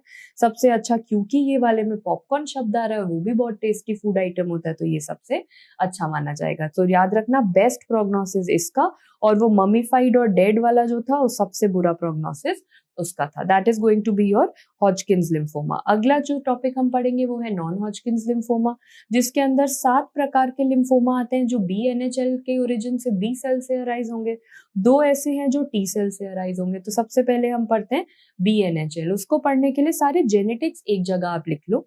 आप क्या करोगे, क्रोमोसोम 8 लिखो पहले, तो यहाँ पे क्रोमोसोम 8 मुझे एक क्रोमोसोम के बारे में बताता है। क्यों? क्योंकि 8 के साथ अगर ट्रांसलोकेशन में कोई भी इवन नंबर लगाया जाएगा, जैसे कि ट्रांसलोकेशन 814 बोला गया, या ट्रांसलोकेशन 822 बोला गया, या ट्रांसलोकेशन 28, यानी कि 8 से छोटा या बड़ा नंबर मैटर नहीं करता, एज लॉन्ग एज वो इवन नंबर है। तो ये सारी जो ट्रांसलोकेशन होंगी, 8 किसकी तरह लगता है? B की तरह, तो ये सारी देखी जाएंगी बर्किट्स लिम्फोमा में। अब इसको याद करने के बाद जो अगले क्रोमोसोम्स आप लिखोगे वो अपनी एज के हिसाब से लिखोगे, मतलब जैसे कि हम पीडियाट्रिक का एज ग्रुप मानते हैं 12 से कम, तो लेट्स अज्यूम कि पीडियाट्रिक का जो बिल्कुल एंड है वो 11 साल होता है। अच्छा, अडल्ट लाइफ में जाने के लिए 18 साल का कट ऑफ मानते हैं, और इन दोनों के बीच में एक 14 साल का सेंटर पॉइंट ले लेते हैं। तो 11 साल का बच्चा, 14 साल का टीनेजर और 18 साल का जो अडल्ट होने वाला है। तो हमने सारी इंपॉर्टेंट एजेस अपनी लाइफ की ले ली। अब ऐसा सुनो कि अगर आपका 14, मतलब ये एक टीनेजर है मैम, और 18 ये भी एक टीनेजर है। टीनेजर्स दूसरों को भले ही समझ में ना आए, बट आपस में हमेशा अच्छे दोस्त बनते हैं, यानी कि ट्रांसलोकेशन 14 18 जो भी लिम्फोमा कराएगा अच्छा होगा, फ्रेंड्स वाला लिम्फोमा होगा। सबसे फ्रेंडली लिम्फोमा होता है फॉलिक्यूलर लिम्फोमा, क्योंकि उसकी प्रोग्नोसिस अभी आप पढ़ोगे सबसे अच्छी होती है। तो रिमेंबर 14 एंड 18 वाले लोग क्या होंगे, फ्रेंडली होंगे, तो सबसे बढ़िया लिम्फोमा फॉलिक्यूलर। ठीक है, अब सारे मार्जिन्स को देखते हैं। अगर 11 साल की एज हम अपनी प्यूबर्टी से पहले वाली बच्चे वाली एज ग्रुप देखें और 18 साल की एज अगर देखें तो मैम वो एक मार्जिन है अडल्ट में जाने के लिए। तो अगर ट्रांसलोकेशन 11-18 पूछा गया तो ये दोनों मार्जिन आपने उठा लिए ना, तो कौन सा लिम्फोमा बनेगा, मार्जिनल जोन लिम्फोमा। अगला, अब जो बचा, अगर एक टीनेजर 14 साल 14 के टीनेजर को छोटे बच्चे 11 साल के साथ रख दिया तो घर में सब पागल हो जाएंगे, मेंटल हो जाएंगे। तो यानी कि ट्रांसलोकेशन 11-14 देखी जाती है मैंटल सेल लिम्फोमा में। कैसे याद रखोगे, 14 साल के बच्चे को छोटे के साथ रख दिया तो सब मेंटल हो जाएंगे, मैंटल सेल। यही नहीं, मैंटल सेल लिम्फोमा में एक मार्कर भी पॉजिटिव आता है, तो वो पूछते हैं साइक्लिन कौन सा, ABCDE। तो मेंटल यानी कि मेंटल, मेंटल यानी कि डम, तो साइक्लिन D1 पॉजिटिव होता है। और कुछ केसेस में SOX11 भी पॉजिटिव पाया गया है। This is a very quick summary. अभी जो आपने पढ़ा वो एक बार फिर से रिवाइज करोगे। वहां तक जाने से पहले इन सारे लिम्फोमास की अगर आप CD मार्कर की समरी बनाओ तो आपको 3 CD मार्कर पढ़ने हैं, CD5, CD23 एंड CD200। ये चीज हम पहले पढ़ चुके हैं कि CLL SLL में सब कुछ पॉजिटिव होता है, तो CLL SLL के साथ याद करोगे सब कुछ। उसके बाद मार्जिन, मार्जिन में तो मैम सब कुछ इग्नोर करना होता है, मार्जिन को तो कौन ही देखता है, तो मार्जिन में सब नेगेटिव बना दो। अब जो बचा वो सिर्फ मेंटल बचा, तो मेंटल सेल लिम्फोमा में सिर्फ 5 को पॉजिटिव करो। सो रिमेंबर, CLL SLL में सब कुछ पॉजिटिव, मार्जिन को तो इग्नोर करो, सब कुछ नेगेटिव, और मेंटल सेल में सिर्फ 5 पॉजिटिव। तो अभी जब हम शुरुआत करेंगे सारे बी सेल NHL से, तो जो 7 NHLs हैं उसके बारे में लगभग सारी इंफॉर्मेशन आप जान चुके हो। सबसे पहले शुरुआत करते हैं फॉलिक्यूलर लिम्फोमा से। फॉलिक्यूलर यानी कि वो फ्रेंडली वाला लिम्फोमा जिसकी बेस्ट प्रोग्नोसिस थी। तो फ्रेंड्स तो टीनेजर्स होते हैं, मतलब that is going to be what, that is going to be translocation 14 and 18। तो जो सबसे पहला लिम्फोमा हम पढ़ेंगे दैट इज फॉलिक्यूलर लिम्फोमा, जो हम जानते हैं कि फ्रेंडली लिम्फोमा नाम से याद किया था, यानी कि उसकी बेस्ट प्रोग्नोसिस होती है। और फ्रेंड्स कौन होंगे, जो टीनेजर्स हैं, दैट इज 14 और 18। अगला पढ़ते हैं DLBCL, that is going to be diffuse large B cell lymphoma. अगर आप इसके नाम पे थोड़ा सा ध्यान दो, डिफ्यूज यानी कि हर जगह, लार्ज यानी कि बड़े सेल, और बी सेल लिम्फोमा, तो नाम से ही ये थोड़ा सा डेंजरस लग रहा है, यानी कि इसकी प्रोग्नोसिस जो होगी वो सबसे बुरी होगी। पर दिक्कत की बात यह है कि सबसे ज्यादा भी यही पाया जाता है, तो ये सबसे कॉमन है पर इसकी प्रोग्नोसिस खराब है। अगला आता है हमारा बर्किट्स लिम्फोमा, जिसके ऊपर सबसे ज्यादा क्वेश्चंस आते हैं। 8 और इवन नंबर को साथ में रखना ये सब जानते हैं, बट इसके मरीज में कुछ क्लासिकल चीजें हैं जो आपको देखने को मिलेंगी। जब आप बर्किट्स लिम्फोमा की बात करेंगे तो ज्यादातर आपको हमेशा जो हिस्ट्री आएगी वो एक अफ्रीकन चाइल्ड की आएगी। चाइल्ड यानी कि बच्चों में ज्यादा होता है, अफ्रीका में ज्यादा पाया जाता है। क्यों? क्योंकि अफ्रीका में एप्स्टीन बार वायरस की प्रोमिनेंस ज्यादा देखी गई है, एंडेमिक है एप्स्टीन बार वायरस वहां पे। और इसी बच्चे की हमेशा फोटो आती है जिसके जॉ में स्वेलिंग है। जब भी अफ्रीकन चाइल्ड जॉ स्वेलिंग आए आप मार्क करेंगे बर्किट्स लिम्फोमा। अगर आप देखें इनके सेल्स, तो इनके सेल्स में आपको व्हाइट व्हाइट कलर के होल्स दिखाई देंगे। बोला क्या जाएगा उनको, वैक्यूलेशंस। क्यों है vacuolations? Because they are going to be oil red O positive. So please remember, they are oil red O positive, means उनके अंदर फैट प्रेजेंट होता है। अब जब आप इनकी बायोप्सी को देखोगे तो आपको ऐसा लग रहा है कि ओवरऑल तो ये बैकग्राउंड पूरा ब्लू है, बट बीच में कुछ व्हाइट व्हाइट कलर के सेल्स हैं जो स्टार्स की तरह चमकने की कोशिश कर रहे हैं। यानी कि बैकग्राउंड पूरा स्काई की तरह ब्लैक है, बीच बीच में कुछ ऐसे सितारे जरूर दिख रहे हैं ना, तो उसी को बोला जाता है स्टारी स्काई अपीयरेंस, जिसमें पूछा जाता है कि स्काई क्या है और स्टार्स क्या है। सो रिमेंबर कि जो स्काई है वो है ट्यूमर सेल्स, जो पीछे आपको ब्लू ब्लू कलर का दिख रहा है वो पूरा ट्यूमर लिम्फोमा के सेल्स हैं। जो बीच बीच में स्टार्स हैं वो कैंसर नहीं है, जो बीच बीच के स्टार्स हैं वो सिर्फ मैक्रोफेजेस है। तो कैंसर वाला कंपोनेंट कौन सा है, जो पीछे ब्लैक कलर का स्काई दिखाई दे रहा है। अगला आता है हमारा स्पेशल स्टेन। तो इनके लिए KI67 किया जाता है, जो लगभग लगभग 100% के आसपास मिलता है। KI67 एक ऐसा स्टेन है जो हमें ट्यूमर के प्रोलिफरेशन के बारे में बताता है कि ट्यूमर कितना ज्यादा प्रोलिफरेट कर रहा है, और इसके 100% होने की वजह से आपको समझ आ गई है कि ये ट्यूमर बहुत ज्यादा डिवाइड करता है। तो these are the important points: African child jaw swelling, starry sky appearance, oil red O positive and KI67 is 100%।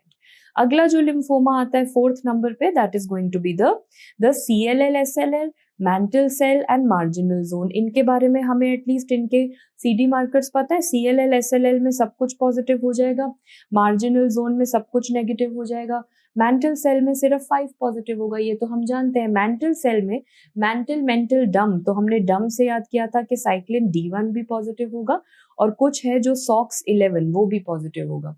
इनके हमने क्रोमोसोम्स याद किए थे। मेंटल सेल के लिए 14 साल के बच्चे को छोटे के साथ रख दोगे तो 14 और 11 का ट्रांसलोकेशन दिखेगा, और मार्जिन में आपको मार्जिन उठाना था, यानी कि 11 और 18, तो ट्रांसलोकेशन 11-18 दिखेगा। So this is also settled. अब 6 लिम्फोमा पढ़ने के बाद जो 7वां BNHL पड़ता है वो है हेरी सेल ल्यूकीमिया। हेरी बॉयज ज्यादा हेरी होते हैं तो ये बॉयज में ज्यादा देखा जाता है। बॉयज को हमेशा इंग्लिश में बोला जाता है, जब नॉटी वाले बॉयज होते हैं तो उन्हें बोला जाता है ये ब्रैट है, ही इज अ ब्रैट।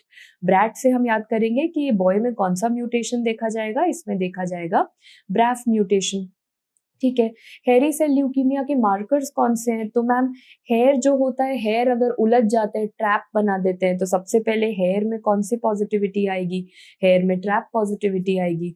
दूसरा क्या पॉजिटिव आएगा? एनेक्सिन। कौन सा एनेक्सिन? एनेक्सिन 5 या एनेक्सिन A1? एनेक्सिन A1 पॉजिटिव आएगा। तो हेरी शब्द से कितना कुछ समझ आया ना। हेरी बॉयज ज्यादा होते हैं, हेयर में ट्रैप बन जाता है तो स्पेशल स्टेन है ट्रैप। उसके बाद हेरी सेल में AI आता है तो एनेक्सिन A1, एंड ब्रैट बॉयज होते हैं तो ब्रैफ। साथ में आजकल जो वायरल टिकटॉक पे और जो सोशल मीडिया पे वायरल हो रहे हैं वो कौन लोग हैं? कुछ कुछ उनमें कॉमन ट्रेड्स है। एक तो मैम उनके ना बालों का रंग पता नहीं क्यों लाल रंग का होता है ना। ऊपर से उनको इतना समझ आ गया है कि वायरल होना है तो जिम की डाइट के बारे में पोस्ट करो, जिम डंबल्स, एग्स, प्रोटीन, इन सब के बारे में पोस्ट करो। बाकी अगर शो ऑफ करनी है तो मैकबुक जरूर हाथ में रखना, एप्पल, ये सारे प्रोडक्ट्स हाथ में जरूर रखने हैं, तो इसी से आप याद करोगे। सबसे पहले क्लिनिकली पूछा जाता है कि इन पेशेंट्स में मैसिव स्प्लीनोमेगैली देखा गया है। मैसिव स्प्लीनोमेगैली तो ठीक है, बट पूछते हैं कि स्प्लीन का कौन सा पल्प बढ़ेगा, व्हाइट पल्प या रेड पल्प? तो इसमें रेड पल्प पड़ा हुआ मिलता है। तो प्लीज रिमेंबर, रेड हेयर से आपने याद करा कि अच्छा जो भी पूछा जाएगा वो रेड पल्प होगा।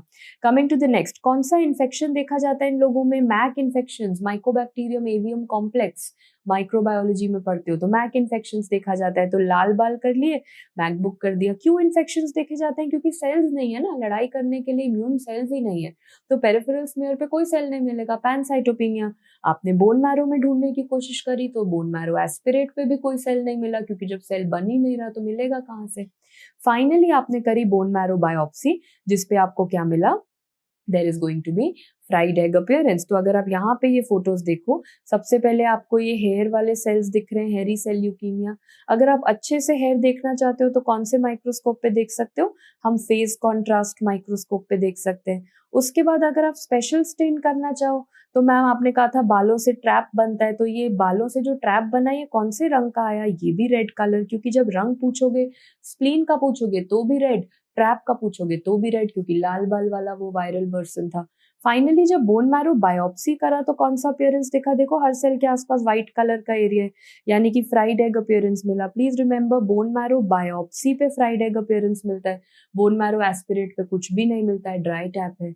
अब आते हैं कि अब ऐसा बच्चा जिसको आपने ब्रैट बोला और आपने कहा चलो ठीक है वो ब्रैफ है, पढ़ाई में कैसा होगा? ये जो इतना पूरा दिन सिर्फ वायरल वीडियो बना रहा है, मैम पढ़ाई में कहेंगे डब्बा गुल।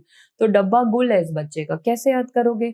आजकल एक नया मार्कर आया है जिसका नाम है DBA44। सो ये कौन से मार्कर्स हैं? एक स्टेन पढ़ते हैं ना इम्यूनोहिस्टोकेमिस्ट्री, तो उसमें डब्बा गुल DBA44 पॉजिटिव होता है। ठीक है, डब्बा से DBA44। इसके अलावा कौन से हैं? तो रिमेंबर 11, 25 एंड 103। इमेजिन ये बच्चे का फोटो बनाते हैं, ये इसकी शक्ल बनाते हैं, तो मैम ऐसा इसका साइड फेस देखते हैं। साइड फेस में ये बनाया हमने इसका नाक, और ये बनाया इसका एक कान। साइड व्यू देख रहे हो तो एक कान दिखेगा, एक नाक दिखेगा, यानी कि नाक से आपने करा ऐसा लॉन्ग 1, फेस आपने गोल बनाया तो वो हो गया 0, और कान कैसा दिखाई दे रहा है? 3 की तरह। तो CD 103 पे पक्का पक्का क्वेश्चन आता है। Remember it is going to be 11, 25 and CD 103, साथ में डब्बा गोल, तो DBA44 पॉजिटिव। तो ये सारे वो क्वेश्चंस हैं जो आप इस वायरल लाल बाल वाला बच्चा with fried egg appearance, Mac book वाला इन्फेक्शन होता है, डब्बा गुल DBA44, ब्रैट बोला तो ब्रैफ म्यूटेशन, हेरी में A1 आया तो A1 पॉजिटिव, एंड बॉयज में ज्यादा होता है। अभी आपने पढ़े सारे BNHLs, क्योंकि BNHLs खत्म करने के बाद जो अगली चीज आपको पढ़नी है that is going to be TNHL, वो सिर्फ दो है। सबसे पहला होता है एनाप्लास्टिक लार्ज सेल लिम्फोमा, जिसे बोलते हैं ALCL। इस पे 3 क्वेश्चन है जो आपको जानने हैं। सबसे पहला क्वेश्चन है कि anaplastic large cell lymphoma is going to be CD30 positive. Second question, इसमें जो सेल दिखता है वो डोनट की तरह होगा, तो पहला हो जाएगा उसका नाम donut cell.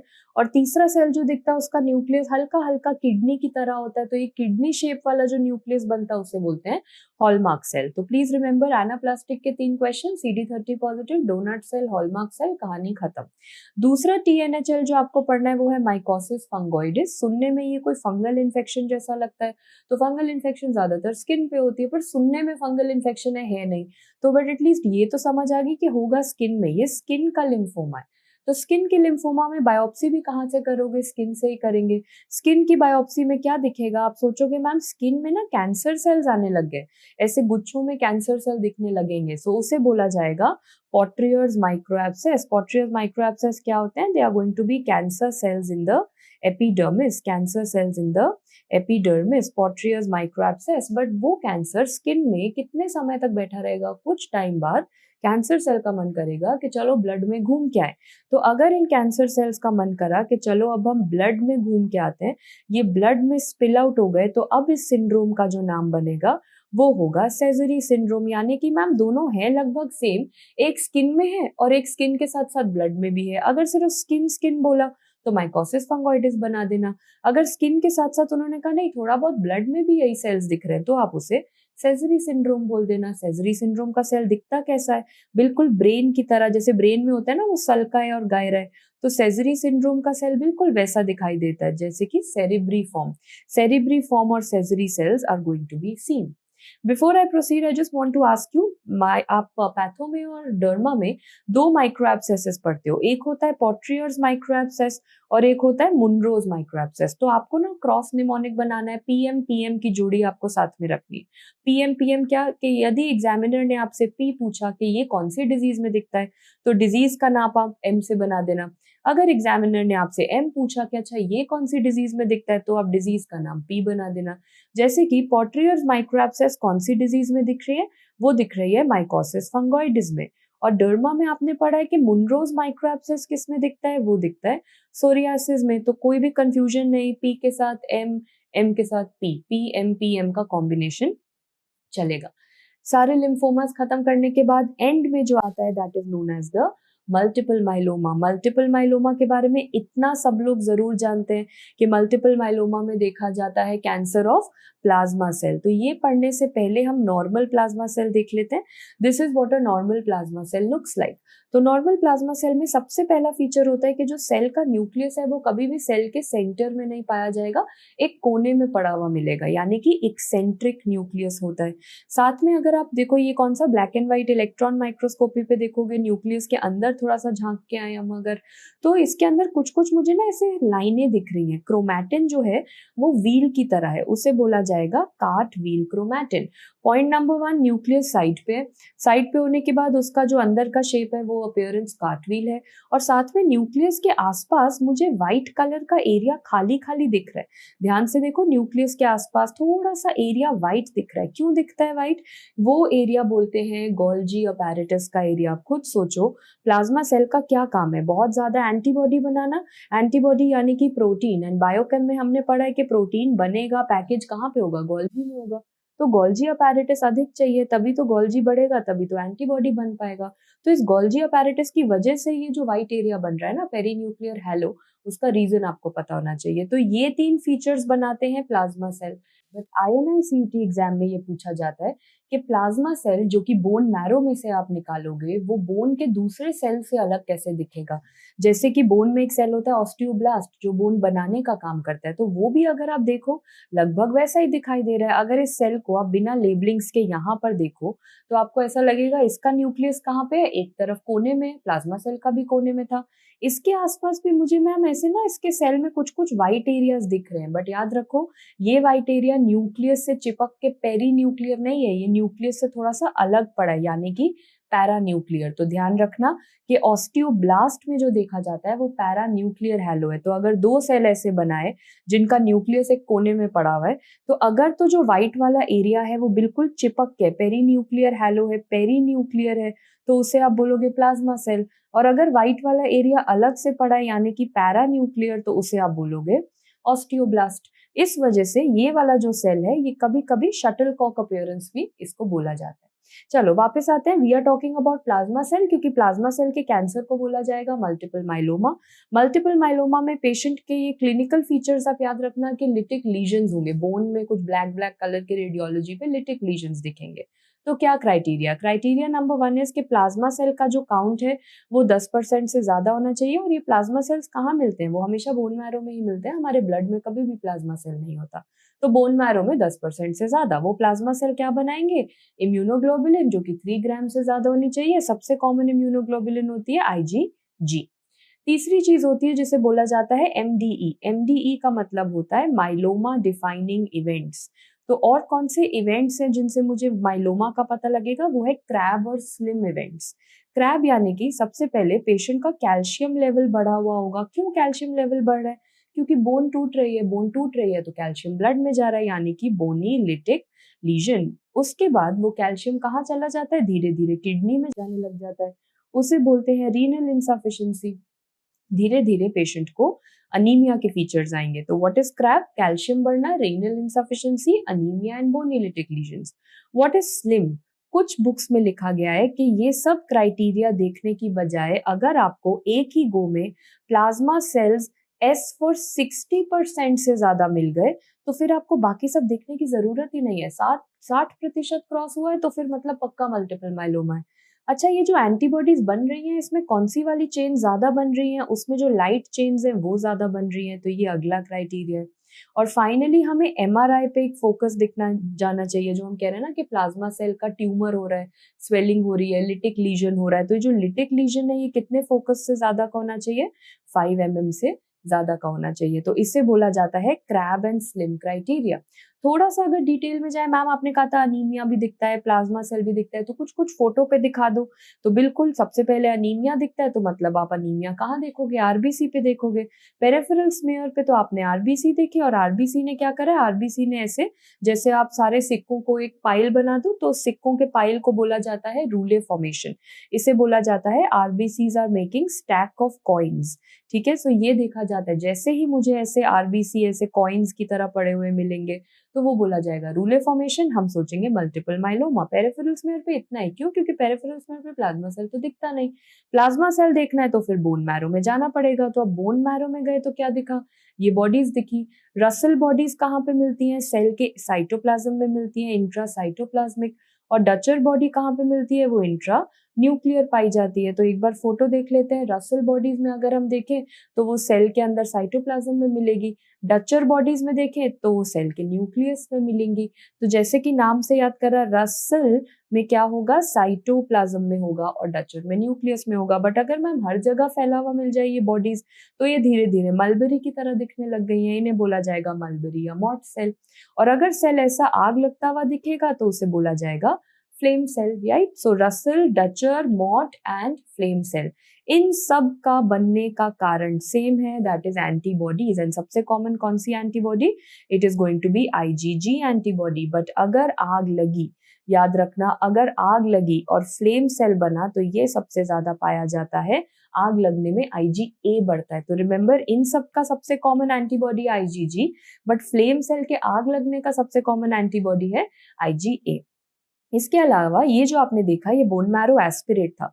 Bone marrow biopsy पे भी क्या दिखेगा? प्लाज्मा सेल्स दिखेंगे। आप खुद पहचान लो, प्लाज्मा सेल का न्यूक्लियस के एक कोने में होगा मैम, बिल्कुल। जिनके न्यूक्लियस कोने में पड़े हुए हैं वो सारे प्लाज्मा सेल। तो ये सब बन गया शीट्स ऑफ प्लाज्मा सेल्स। तो मैंने अनीमिया के फीचर्स भी देख लिए, मैंने रूले फॉर्मेशन देख लिया, साथ में प्लाज्मा सेल की फोटोज देख ली। अब मुझे ये एंटीबॉडी को देखना है। एंटीबॉडी को देखने के लिए अब हम एक आखिरी टेस्ट लगाते हैं जिसे बोला जाता है सीरम इलेक्ट्रोफोरेंसिस इलेक्ट्रोफोरेसिस। तो इलेक्ट्रोफोरेसिस में क्या देखोगे, जिसे आप बोलते हो एम स्पाइक। सबसे पहली चीज, एम स्पाइक का मतलब होता है माइलोमा का स्पाइक, माइलोमा स्पाइक या मोनोक्लोनल स्पाइक, ये नाम होते हैं इसके, या तो माइलोमा स्पाइक या फिर इसको बोला जाता है मोनोक्लोनल स्पाइक। प्लीज इसका मतलब ये नहीं होता कि आईजीएम बढ़ रहा है, बढ़ तो अभी भी सबसे कॉमनली आईजीजी ही रहा है। तो अगर आप पढ़ना चाहो कि इलेक्ट्रोफोरेसिस में, पहले तो ब्लू वाली ट्रेसिंग देख लो कि हमारे बॉडी में क्या क्या प्रोटीन्स होते हैं, तो आप इसको एक हाथ की तरह याद करने की कोशिश करते हो कि सबसे पहला प्रोटीन जो अधिक मात्रा में हमारे ब्लड में मिलेगा वो होगा हमेशा एल्ब्यूमिन। तो सबसे पहली स्पाइक जो आएगी, जो यहाँ पे आप ब्लू कलर में देख रहे हो, पहली स्पाइक है एल्ब्यूमिन। फिर 3 उंगलियां आती है ना, तो 3 प्रोटीन्स के नाम आएंगे, that is going to be alpha 1 protein, alpha 2 protein and beta protein. So alpha 1, alpha 2, beta. And फिर उसके बाद जो ये ऐसा छोटा सा माउंटेन बनने की कोशिश कर रहा है, ये जो छोटा सा माउंटेन है इसे बोलते हैं गामा। सो रिमेंबर, ये हो गया albumin, then alpha 1, alpha 2, beta, और फिर ये जो बना ये गामा। गामा यानी कि इम्यूनोग्लोबुलिन। तो मल्टीपल माइलोमा में क्या चीज बढ़ेगी, इन सब में से एल्ब्यूमिन नहीं बढ़ेगा, अल्फा 1, अल्फा 2, बीटा नहीं बढ़ेगा, गामा बढ़ेंगे मैम, इम्यूनोग्लोबुलिन बढ़ेंगे, जहां पे मुझे दिखता है ये एम स्पाइक, राइट, इसे बोला जाता है। तो ध्यान से देखो, मल्टीपल माइलोमा येलो कलर, बाकी सब जगह येलो कलर सेम सेम चल रहा था, यहाँ पर आके मैम मुझे पेशेंट में ज्यादा दिखाई दिया, इसे बोलेंगे M spike. One last thing that you have to know is, अभी तक मैंने हमेशा कहा प्लाज्मा सेल मिलेंगे बोन मैरो में। गलती से अगर प्लाज्मा सेल हमारे ब्लड में आना शुरू हो गए और इतनी मात्रा में आना शुरू हो गए कि 20% से ज्यादा हो गया, तो हम उसे बोलेंगे PCL, plasma cell leukaemia. Remember, exam में ये जरूर पढ़ लेना पेरिफेरल ब्लड में आया या नहीं आया, अगर ब्लड में आना शुरू हो गया तो अब बन जाएगा प्लाज्मा सेल ल्यूकीमिया। आखिरी चीज जो आपको जाननी है कि जब इतना सब जान लिया तो सारे सीडी मार्कर्स भी जान लो। जो नॉर्मल प्लाज्मा सेल होते हैं, प्लाज्मा सेल यानी कि डब्ल्यूबीसी है, व्हाइट ब्लड सेल है, दुनिया के सारे व्हाइट ब्लड सेल CD45 के लिए तो पॉजिटिव होते ही होते हैं, चाहे वो न्यूट्रोफिल हो, प्लाज्मा सेल हो, लिम्फोसाइट हो या कुछ भी हो। दूसरा, प्लाज्मा सेल आता कहाँ से? प्लाज्मा सेल आता है बी सेल से। बी सेल का मार्कर क्या है? CD19, तो वो भी होगा ही होगा। तो कुछ इसका अपना बताओ, ये तो मैम इसके पेरेंटल मार्कर्स हो गए ना, कि ये 45 मतलब सारे WBCs में होता है, बी सेल में 19 होता है तो इसमें भी है। इसके अपने क्या मार्कर्स हैं? अपने मार्कर्स हैं 38 एंड 138, ये प्लाज्मा सेल के मार्कर्स है 38 एंड 138, एंड एंटीबॉडी तो ये बनाएगा ही बनाएगा, वो उसका काम है। तो ये नॉर्मल प्लाज्मा सेल था। वर्सेस अगर मल्टीपल माइलोमा का केस बना, मैलिग्नेंट प्लाज्मा सेल, तो इसमें याद रखना वो सिर्फ अपना अपना सोचता है, वो अपना 38, 138 और एंटीबॉडी बनाता है, वो अपने पेरेंट्स को भूल जाता है। तो कैसे याद करोगे? नॉर्मल प्लाज्मा सेल है गुड चाइल्ड। गुड चाइल्ड की क्या रिस्पॉन्सिबिलिटी होती है कि वो अपने पेरेंट्स का भी ध्यान रखे और अपना भी करियर बनाए। वेयर ये मल्टीपल माइलोमा या मैलिग्नेंट प्लाज्मा सेल, ये है बैड चाइल्ड। इसने सिर्फ अपने बारे में सोचा, इसने अपने अपने 38, 138 तो रख लिए, बट ये अपने पेरेंट्स को भूल गया, 45, 19 को नेगेटिव कर गया। तो good child, bad child, normal cell अच्छे हैं और कैंसर सेल्स खराब वाले बच्चे। ठीक है, now we move on to the last part of plasma cell disorders. Plasma cell multiple myeloma से मिलता जुलता एक डिजीज है, वॉल्डेनस्ट्रॉम्स मैक्रोग्लोब्यूलिनीमिया। घबराना मत, मैक्रोग्लोब्यूलिनीमिया हमें ये बताता है मैक्रोग्लोब्यूलिन कौन सा एंटीबॉडी बढ़ेगा, इसके अंदर बढ़ेगा मैम IgM, तभी उसका नाम ऐसा रखा गया। और IgM जब भी शरीर में बढ़ता है तो पेशेंट को होता है हाइपर विस्कोसिटी सिंड्रोम, यानी कि जो खून है वो बहुत गाढ़ा हो जाता है। खून के गाढ़े होने की वजह से पेशेंट को क्या फीचर्स आएंगे? एक तो बीपी बढ़ेगा, ऊपर से हो सकता है कुछ विजुअल डिस्टर्बेंसेस आ जाएं, जैसे कि कुछ ब्लाइंडनेस या लॉस ऑफ विजन, तो हाइपर विस्कोसिटी के सिंड्रोम्स दिखेंगे। इसका एक दूसरा नाम है, that is going to be LPL, lymphoplasmacytic lymphoma. So before you ask me कि मैम कौन से सेल्स दिखेंगे अगर इसकी बायोप्सी करोगे, तो कॉमन सेंस लगाओ, एक तो इसमें लिम्फोसाइट्स दिखेंगे, दूसरे इसके अंदर प्लाज्मा सेल का प्रॉब्लम है तो प्लाज्मा सेल दिखेगा। तो ऐसे क्वेश्चन तो एग्जामिनर पूछने से रहा। एग्जामिनर पूछेगा वो तीसरा सेल कौन सा है, तो वो है M से कौन सा? Mast cell. तो मैक्रोग्लोबुलिनीमिया में एंटीबॉडी कौन सी बढ़ी थी? IgM, और सेल कौन सा है? वो है मास्ट सेल। बाकी जेनेटिक्स कौन सा है? चलो वो भी M से बना देते हैं, MYD88 म्यूटेशन देखी जाती है।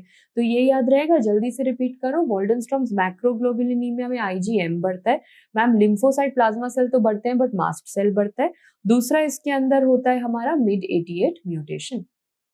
फाइनली ये सब जो हम पढ़ रहे हैं इसको समराइज करने के लिए हीमेटोलॉजी में हमने एक चीज याद करी है, there is a technique and the name of that technique is known as a flow cytometer. ये सब चीजें अब समराइज होंगी, जितने भी सीडी मार्कर्स हैं इसे बोला जाता है फ्लो साइटोमेट्री। तो इस फ्लो साइटोमीटर मशीन का क्या प्रिंसिपल और क्या एक्शन है, इसमें आप एक ब्लू कलर की लाइट लेते हो। ये ब्लू कलर की लाइट की क्या वेवलेंथ होती है, 488 नैनोमीटर्स होती है, और ऊपर से आप यहाँ पे सेल गिराना शुरू करते हो। तो सेल हमेशा आपने, जैसे कि मान लो आपने किसी का ब्लड सैंपल लिया, या फिर आपने किसी का बोन मैरो एस्पिरेट लिया, या आपने किसी का CSF लिया, या प्लूरल फ्लूइड लिया, यानी कि कोई भी चीज जो वाटर के फॉर्म में हो, लिक्विड हो, वो आप इस मशीन में फ्लो करा सकते हो।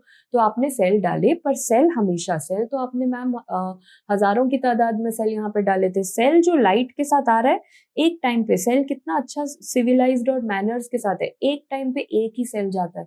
ऐसा नहीं है कि पूरा गुच्छा एक साथ निकल गया, एक टाइम पे एक ही सेल। और इस प्रिंसिपल को बोला जाता है हाइड्रोडायनामिक फोकसिंग। तो फ्लो साइटोमीटर का अगर प्रिंसिपल पूछा गया, that is going to be hydrodynamic focusing, यानी कि सिंपल शब्दों में फोकस होके सेल एक एक करके जाता है, ऐसा गुच्छा पूरा का पूरा नहीं गिरता है, ठीक है। उसके बाद आपने जब ब्लू कलर की लाइट इस पर गिराई, तो उसके बाद आपने देखा कुछ तरीके की लाइट आगे चली गई, कुछ लाइट साइड पे चली गई। मतलब लाइट के दो तरीकों में लाइट स्कैटर हुई, एक फॉरवर्ड स्कैटर हुआ और लाइट एक साइड स्कैटर हुआ। तो ये सेल जब गिरा, थोड़ी लाइट आगे थोड़ी लाइट साइड पे, फिर दूसरा सेल गिरा, थोड़ी लाइट आगे थोड़ी लाइट साइड पे। तो क्या बोल सकते हैं कि जो लाइट आगे की तरफ बिखर के गई है उसे बोलेंगे फॉरवर्ड स्कैटर, और जो साइडों पे गई है उसे बोलेंगे साइड स्कैटर। तो फॉरवर्ड साइड स्कैटर का क्या मतलब है, forward scatter measures the size, यानी कि जब छोटा सा सेल था तो थोड़ी सी लाइट स्कैटर हुई, जब बड़ा सेल हो गया तो ज्यादा लाइट स्कैटर हुई। तो जितना ज्यादा साइज बढ़ेगा उतना ज्यादा फॉरवर्ड स्कैटर मिलेगा मुझे मरीज में। दूसरा साइड स्कैटर मुझे बताते हैं कि सेल के अंदर क्या चल रहा है। अगर अंदर बहुत ज्यादा ग्रैन्यूल्स है, बहुत ज्यादा कॉम्प्लेक्स है, तो लाइट इधर उधर ज्यादा फैलेगी। तो मतलब अगर अंदर की डिटेल जाननी है कि अच्छा कितना कॉम्प्लेक्स है सेल या कितना ग्रैन्युलर है, तो वो मुझे बताएगा साइड स्कैटर। मतलब जितना जितना सेल कॉम्प्लेक्स होता जाएगा उतना उतना साइड स्कैटर बढ़ता जाएगा। Forward scatter is a measure of size, side scatter is a measure of complexity. अब फाइनली जब ये ऐसे स्कैटर हुए तो एंड में मुझे कुछ कलर्स मिलने लगे। आपको सारे नाम नहीं याद करने, आपको सिर्फ याद करना है कि वो ग्रीन कलर वाली डाई कौन सी होती है, वो होती है FITC। What is FITC? It is fluoro isothiocyanate. Fluoro isothiocyanate वो डाई है, तो जो मुझे नाम से बताएगा, फ्लोरो यानी कि ग्रीन कलर, तो ये ग्रीन कलर की डाई फ्लोरो आइसोथायोसाइनेट होती है। अब फाइनली जब ये मशीन ने अपना काम कर लिया तो there are two types of graphs जो आपको कंप्यूटर पे बने मिलेंगे। एक ऐसा ग्राफ होता है जिसमें आपको ऐसे पीक्स दिखाई देंगे, तो उस ग्राफ का नाम होता है हिस्टोग्राम। ये आपने डेफिनेटली PSM में भी ऐसे ग्राफ्स देखे होंगे। एंड ये हिस्टोग्राम सेम मैंने आपको दिखाया है, एक ईमा टेस्ट किया था, और ईमा टेस्ट हमने किया था as the confirmatory test of hereditary spherocytosis, जिसमें हमने डाई यूज करी थी ईमा, और उसमें मैंने कहा था कि नॉर्मल लोगों का इतना कलर आता है, बट हेरिडिटरी स्फीरोसाइटोसिस के लोगों का थोड़ा कम कलर आता है। तो ये हम अनीमिया के चैप्टर में पढ़ चुके हैं।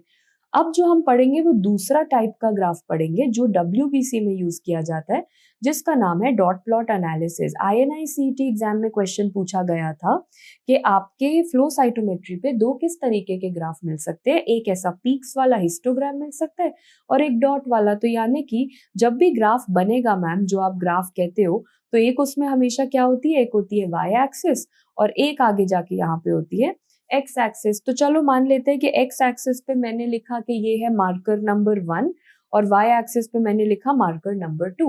तो चलो अगर सेल यहाँ पे यहाँ पे सेल, ये एक एक डॉट एक एक सेल को दर्शाता है। अगर सेल यहाँ पे है तो मैम अगर हम स्कूल के दिनों से सोचें कि यहाँ पर तो 0 से कुछ ही आगे वैल्यू है, बहुत कम है, ये वाला सेल वाई एक्सिस पे भी बहुत कम है, मतलब ये हो जाएगा डबल नेगेटिव, यानी कि M1 भी नेगेटिव है और M2 भी नेगेटिव है, खासा कुछ एक्सप्रेशन है नहीं। अगर सेल्स यहाँ पे गिरना शुरू होते हैं, अब यहाँ पे अगर आप देखो तो इधर भी बहुत ज्यादा एक्सप्रेशन दिख रहा है, इधर भी बहुत ऊपर एक्सप्रेशन दिख रहा है, तो यानी कि ये हो जाएगा DP। DP मतलब मार्कर 1 भी पॉजिटिव है, मार्कर 2 भी पॉजिटिव है, तो डबल पॉजिटिव। इस क्वाड्रेंट में मतलब डबल नेगेटिव, इस क्वाड्रेंट में डबल पॉजिटिव। अब चलो इधर आते हैं मैम, सेल अगर यहाँ पे गिरना शुरू होगा तो यहाँ पे मैंने ये देखा कि इस तरफ तो ये काफी हाई एक्सप्रेशन शो कर रहा है एक्स एक्सिस पे, तो मार्कर 1 तो मुझे पॉजिटिव दिख रहा है। बट जब मैंने इसी सेल को यहाँ तक लगाया तो M2 का एक्सप्रेशन बहुत कम है, तो मतलब यहाँ M2 हो जाएगा नेगेटिव। और यही सेल अगर यहाँ पे गिरेंगे तो खुद सोचो, यहाँ पर ये y एक्सिस के पास तो बहुत ज्यादा आ रहे हैं, मतलब M2 तो मुझे पॉजिटिव लग रहा है, बट अगर इसे x एक्सिस पे देखें तो यहाँ ये कम लग रहा है, मतलब M1 नेगेटिव लग रहा है। एग्जाम में इतना टाइम होगा नहीं ये सब लॉजिक लगाने का, तो सिंपल याद करा, ये वाला क्वाड्रेंट दोनों नेगेटिव, ये वाला क्वाड्रेंट दोनों पॉजिटिव, ये वाला सेल जो है ये इस एक्सिस के पास है तो इसको पॉजिटिव कर देना, ये वाले सेल्स इधर के पास है तो इसको पॉजिटिव कर देना। That is how you learn. चलो इसको थोड़ा सा प्रैक्टिस करेंगे, बट प्रैक्टिस करने के लिए आपको CD मार्कर्स की जानकारी होना जरूरी है। पूरे पैथोलॉजी के सारे CD मार्कर्स इस टेबल में हमने लिखने हैं। तो सबसे पहले जब भी ब्लास्ट आता है तो ब्लास्ट के लिए 3 CD मार्कर्स, एक होता है TDT, एक होता है CD34 एंड एक होता है HLA-DR। तो जब भी आप TDT, CD34 और HLA-DR कहीं पढ़ो क्वेश्चन में, मतलब कुछ ब्लास्ट की कहानी है। अगला LCA यानी कि ल्यूकोसाइट कॉमन एंटीजन, यानी कि वो एंटीजन जो सारे WBCs में पाया जाएगा, और वो कौन सा होता है, वो होता है CD45। ठीक है, अगला टी सेल्स के लिए कौन से मार्कर्स होते हैं, याद करने का तरीका CD1 to 8 एंड 28, मतलब CD1 to 8, 1 2 3 4 5 6 7 8 एंड देन 28। ठीक है, बी सेल में हम डबल डबल पढ़ते हैं, एक होता है CD10 का दूसरा नाम होता है काला, ये भी एक क्वेश्चन आता है। 10 का डबल क्या है, 20, तो चलो 20s के आसपास की चीजें लिखते हैं, 19 20 21 22 23। ठीक है, 20 का डबल होता है 40, तो चलो 40 भी लिख लेते हैं।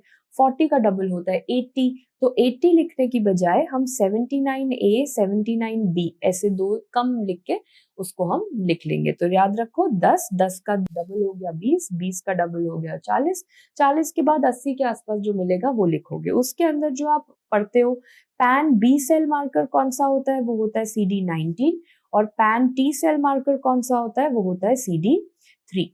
ओके, अगला आता है एनके सेल जिसे हम बाहुबली के नाम से जानते थे, यानी कि उसका 16 का डोला था, ये हमने याद करा था, 16 इंच का बाइसेप था, फिर 56 इंच की चेस्ट थी जो कि बहुत फेमस मीम है। तो अगर किसी के 16 इंच का बाइसेप और 56 इंच की चेस्ट होगी तो वेट भी तो उसका 94 केजी ही होगा। तो 16, 56 और 94 हो गया हमारा natural killer cell. Myeloid lineage के सेल्स कैसे होंगे, myeloblast, myeloperoxidase positive होंगे, साथ में 1333 CD13 एंड 33। इनमें से आपको 3 जरूर याद करना है, आई टेल यू व्हाई। अगर एग्जामिनर ने आपको बताया कि माइलोब्लास्ट है तो माइलोब्लास्ट के लिए उसको आपको MPO बताना बहुत जरूरी है। MPO इस सीरीज का हीरो है। जैसे कि बी सेल का हीरो कौन है, 19, टी सेल का हीरो कौन है, CD3। So let me give you one small little, इसको मिटा के एक बार हम जल्दी से let us do one test. अगर मैंने आपको एग्जाम्पल के तौर पे दिया कि देयर इज अ पेशेंट जिसमें TDT पॉजिटिव आया है, साथ में CD19 पॉजिटिव आया है, तो TDT तो मुझे दर्शाता है कि ये ब्लास्ट की कहानी चल रही है, TDT HLA-DR CD34, और 19 मुझे बताता है कि अच्छा ये बी वाले ब्लास्ट है, ये बी लिम्फोब्लास्ट होगा ना, फिर मतलब ये BALL की कहानी होगी। एक और क्वेश्चन देखो, अगर से HLA-DR पॉजिटिव है, यू विल से मैम ये तो ब्लास्ट की कहानी है, साथ में CD3 पॉजिटिव आ रहा है, तो यू विल से ओ ये तो टी सेल वाला हीरो है, तो ये केस होगा TALL का। ठीक है, अगर यहाँ पे लिखा HLA-DR पॉजिटिव है यानी कि ब्लास्ट, और MPO पॉजिटिव है, माइलॉइड लीनिएज पॉजिटिव आ रही है मैम, मतलब ये होगा AML। अब अगला वाला ध्यान से सुनना, अगर इन्होंने लिखा HLA-DR या कोई भी ब्लास्ट का मार्कर पॉजिटिव, साथ में इन्होंने लिखा कि CD19 भी पॉजिटिव है और MPO भी पॉजिटिव है, अब आप ये बोलो कि ठीक है मैम HLA-DR तो ब्लास्ट, अब एक हीरो होना चाहिए था। CD19 के बेसिस पे मुझे लग रहा था ये बी सेल का हीरो है तो ये BALL होगा। आपने कहा MPO भी पॉजिटिव है तो ये तो AML भी लग रहा है। दोनों दोनों ल्यूकीमिया एक ही मरीज में हो रहे हैं, बिल्कुल हो सकते हैं, और इसे बोला जाता है biphenotypic leukaemia. This is known as biphenotypic leukaemia. तो एक चीज याद रखना, आपको जाके कहानी के हीरो को पकड़ना है। कहानी का हीरो आपको कैसे पता लगेगा कि टी सेल का हीरो होता है CD3, ये है तो TALL बनाना, बी सेल का हीरो है CD19, ये है तो BALL बनाना, और माइलॉइड का हीरो है MPO, तो ये है तो AML बनाना। अगर दो लोग मिलजुल के बैठे तो बायफिनोटिपिक ल्यूकीमिया बनाना। ठीक है, हीरो पकड़ना जरूरी है। अगला आता है मोनोसिटिक लीनिएज, मोनो यानी कि सिंगल, तो सिंगल कैसे लिखे, 1-1 लिख देते हैं मैम। और फिर सिंगल को सबसे ज्यादा दुख कब होता है, 14 फरवरी पे होता है। उससे भी ज्यादा दुख होता है अगर मरते हुए भी वो सिंगल रह जाए, फॉरएवर सिंगल। तो रिमेंबर 11-11 मतलब सिंगल, उसके ऊपर से 14 फरवरी को भी सिंगल और मरते हुए 64 को भी सिंगल, वो होगा मोनोसिटिक। अगला मेगा कैरियोसाइट, प्लेटलेट के मार्कर्स कौन से हैं? तो एक पबजी जो लोग खेलते हैं उनको पता होगा कि एक बहुत मेगा गन होती है पबजी में जिसका नाम होता है M416 वाली गन। उसी से हम याद करेंगे क्योंकि हम मेगा गन के बारे में बात कर रहे हैं। तो 41 यानी कि CD41 एंड उल्टा पढ़ो 61 तो यानी कि CD61 एंड 41 के साथ उसका भाई 42 भी लिखना है। तो 41, 42, 61, 4161 पबजी वाली गन, मेगा कैरियोसाइट। ठीक है, बाकी के CD मार्कर्स लगभग आपको आते हैं क्योंकि CLL SLL में अगर CD523 और 200 की कहानी पूछी गई तो ये तो हमें पता है सब कुछ पॉजिटिव।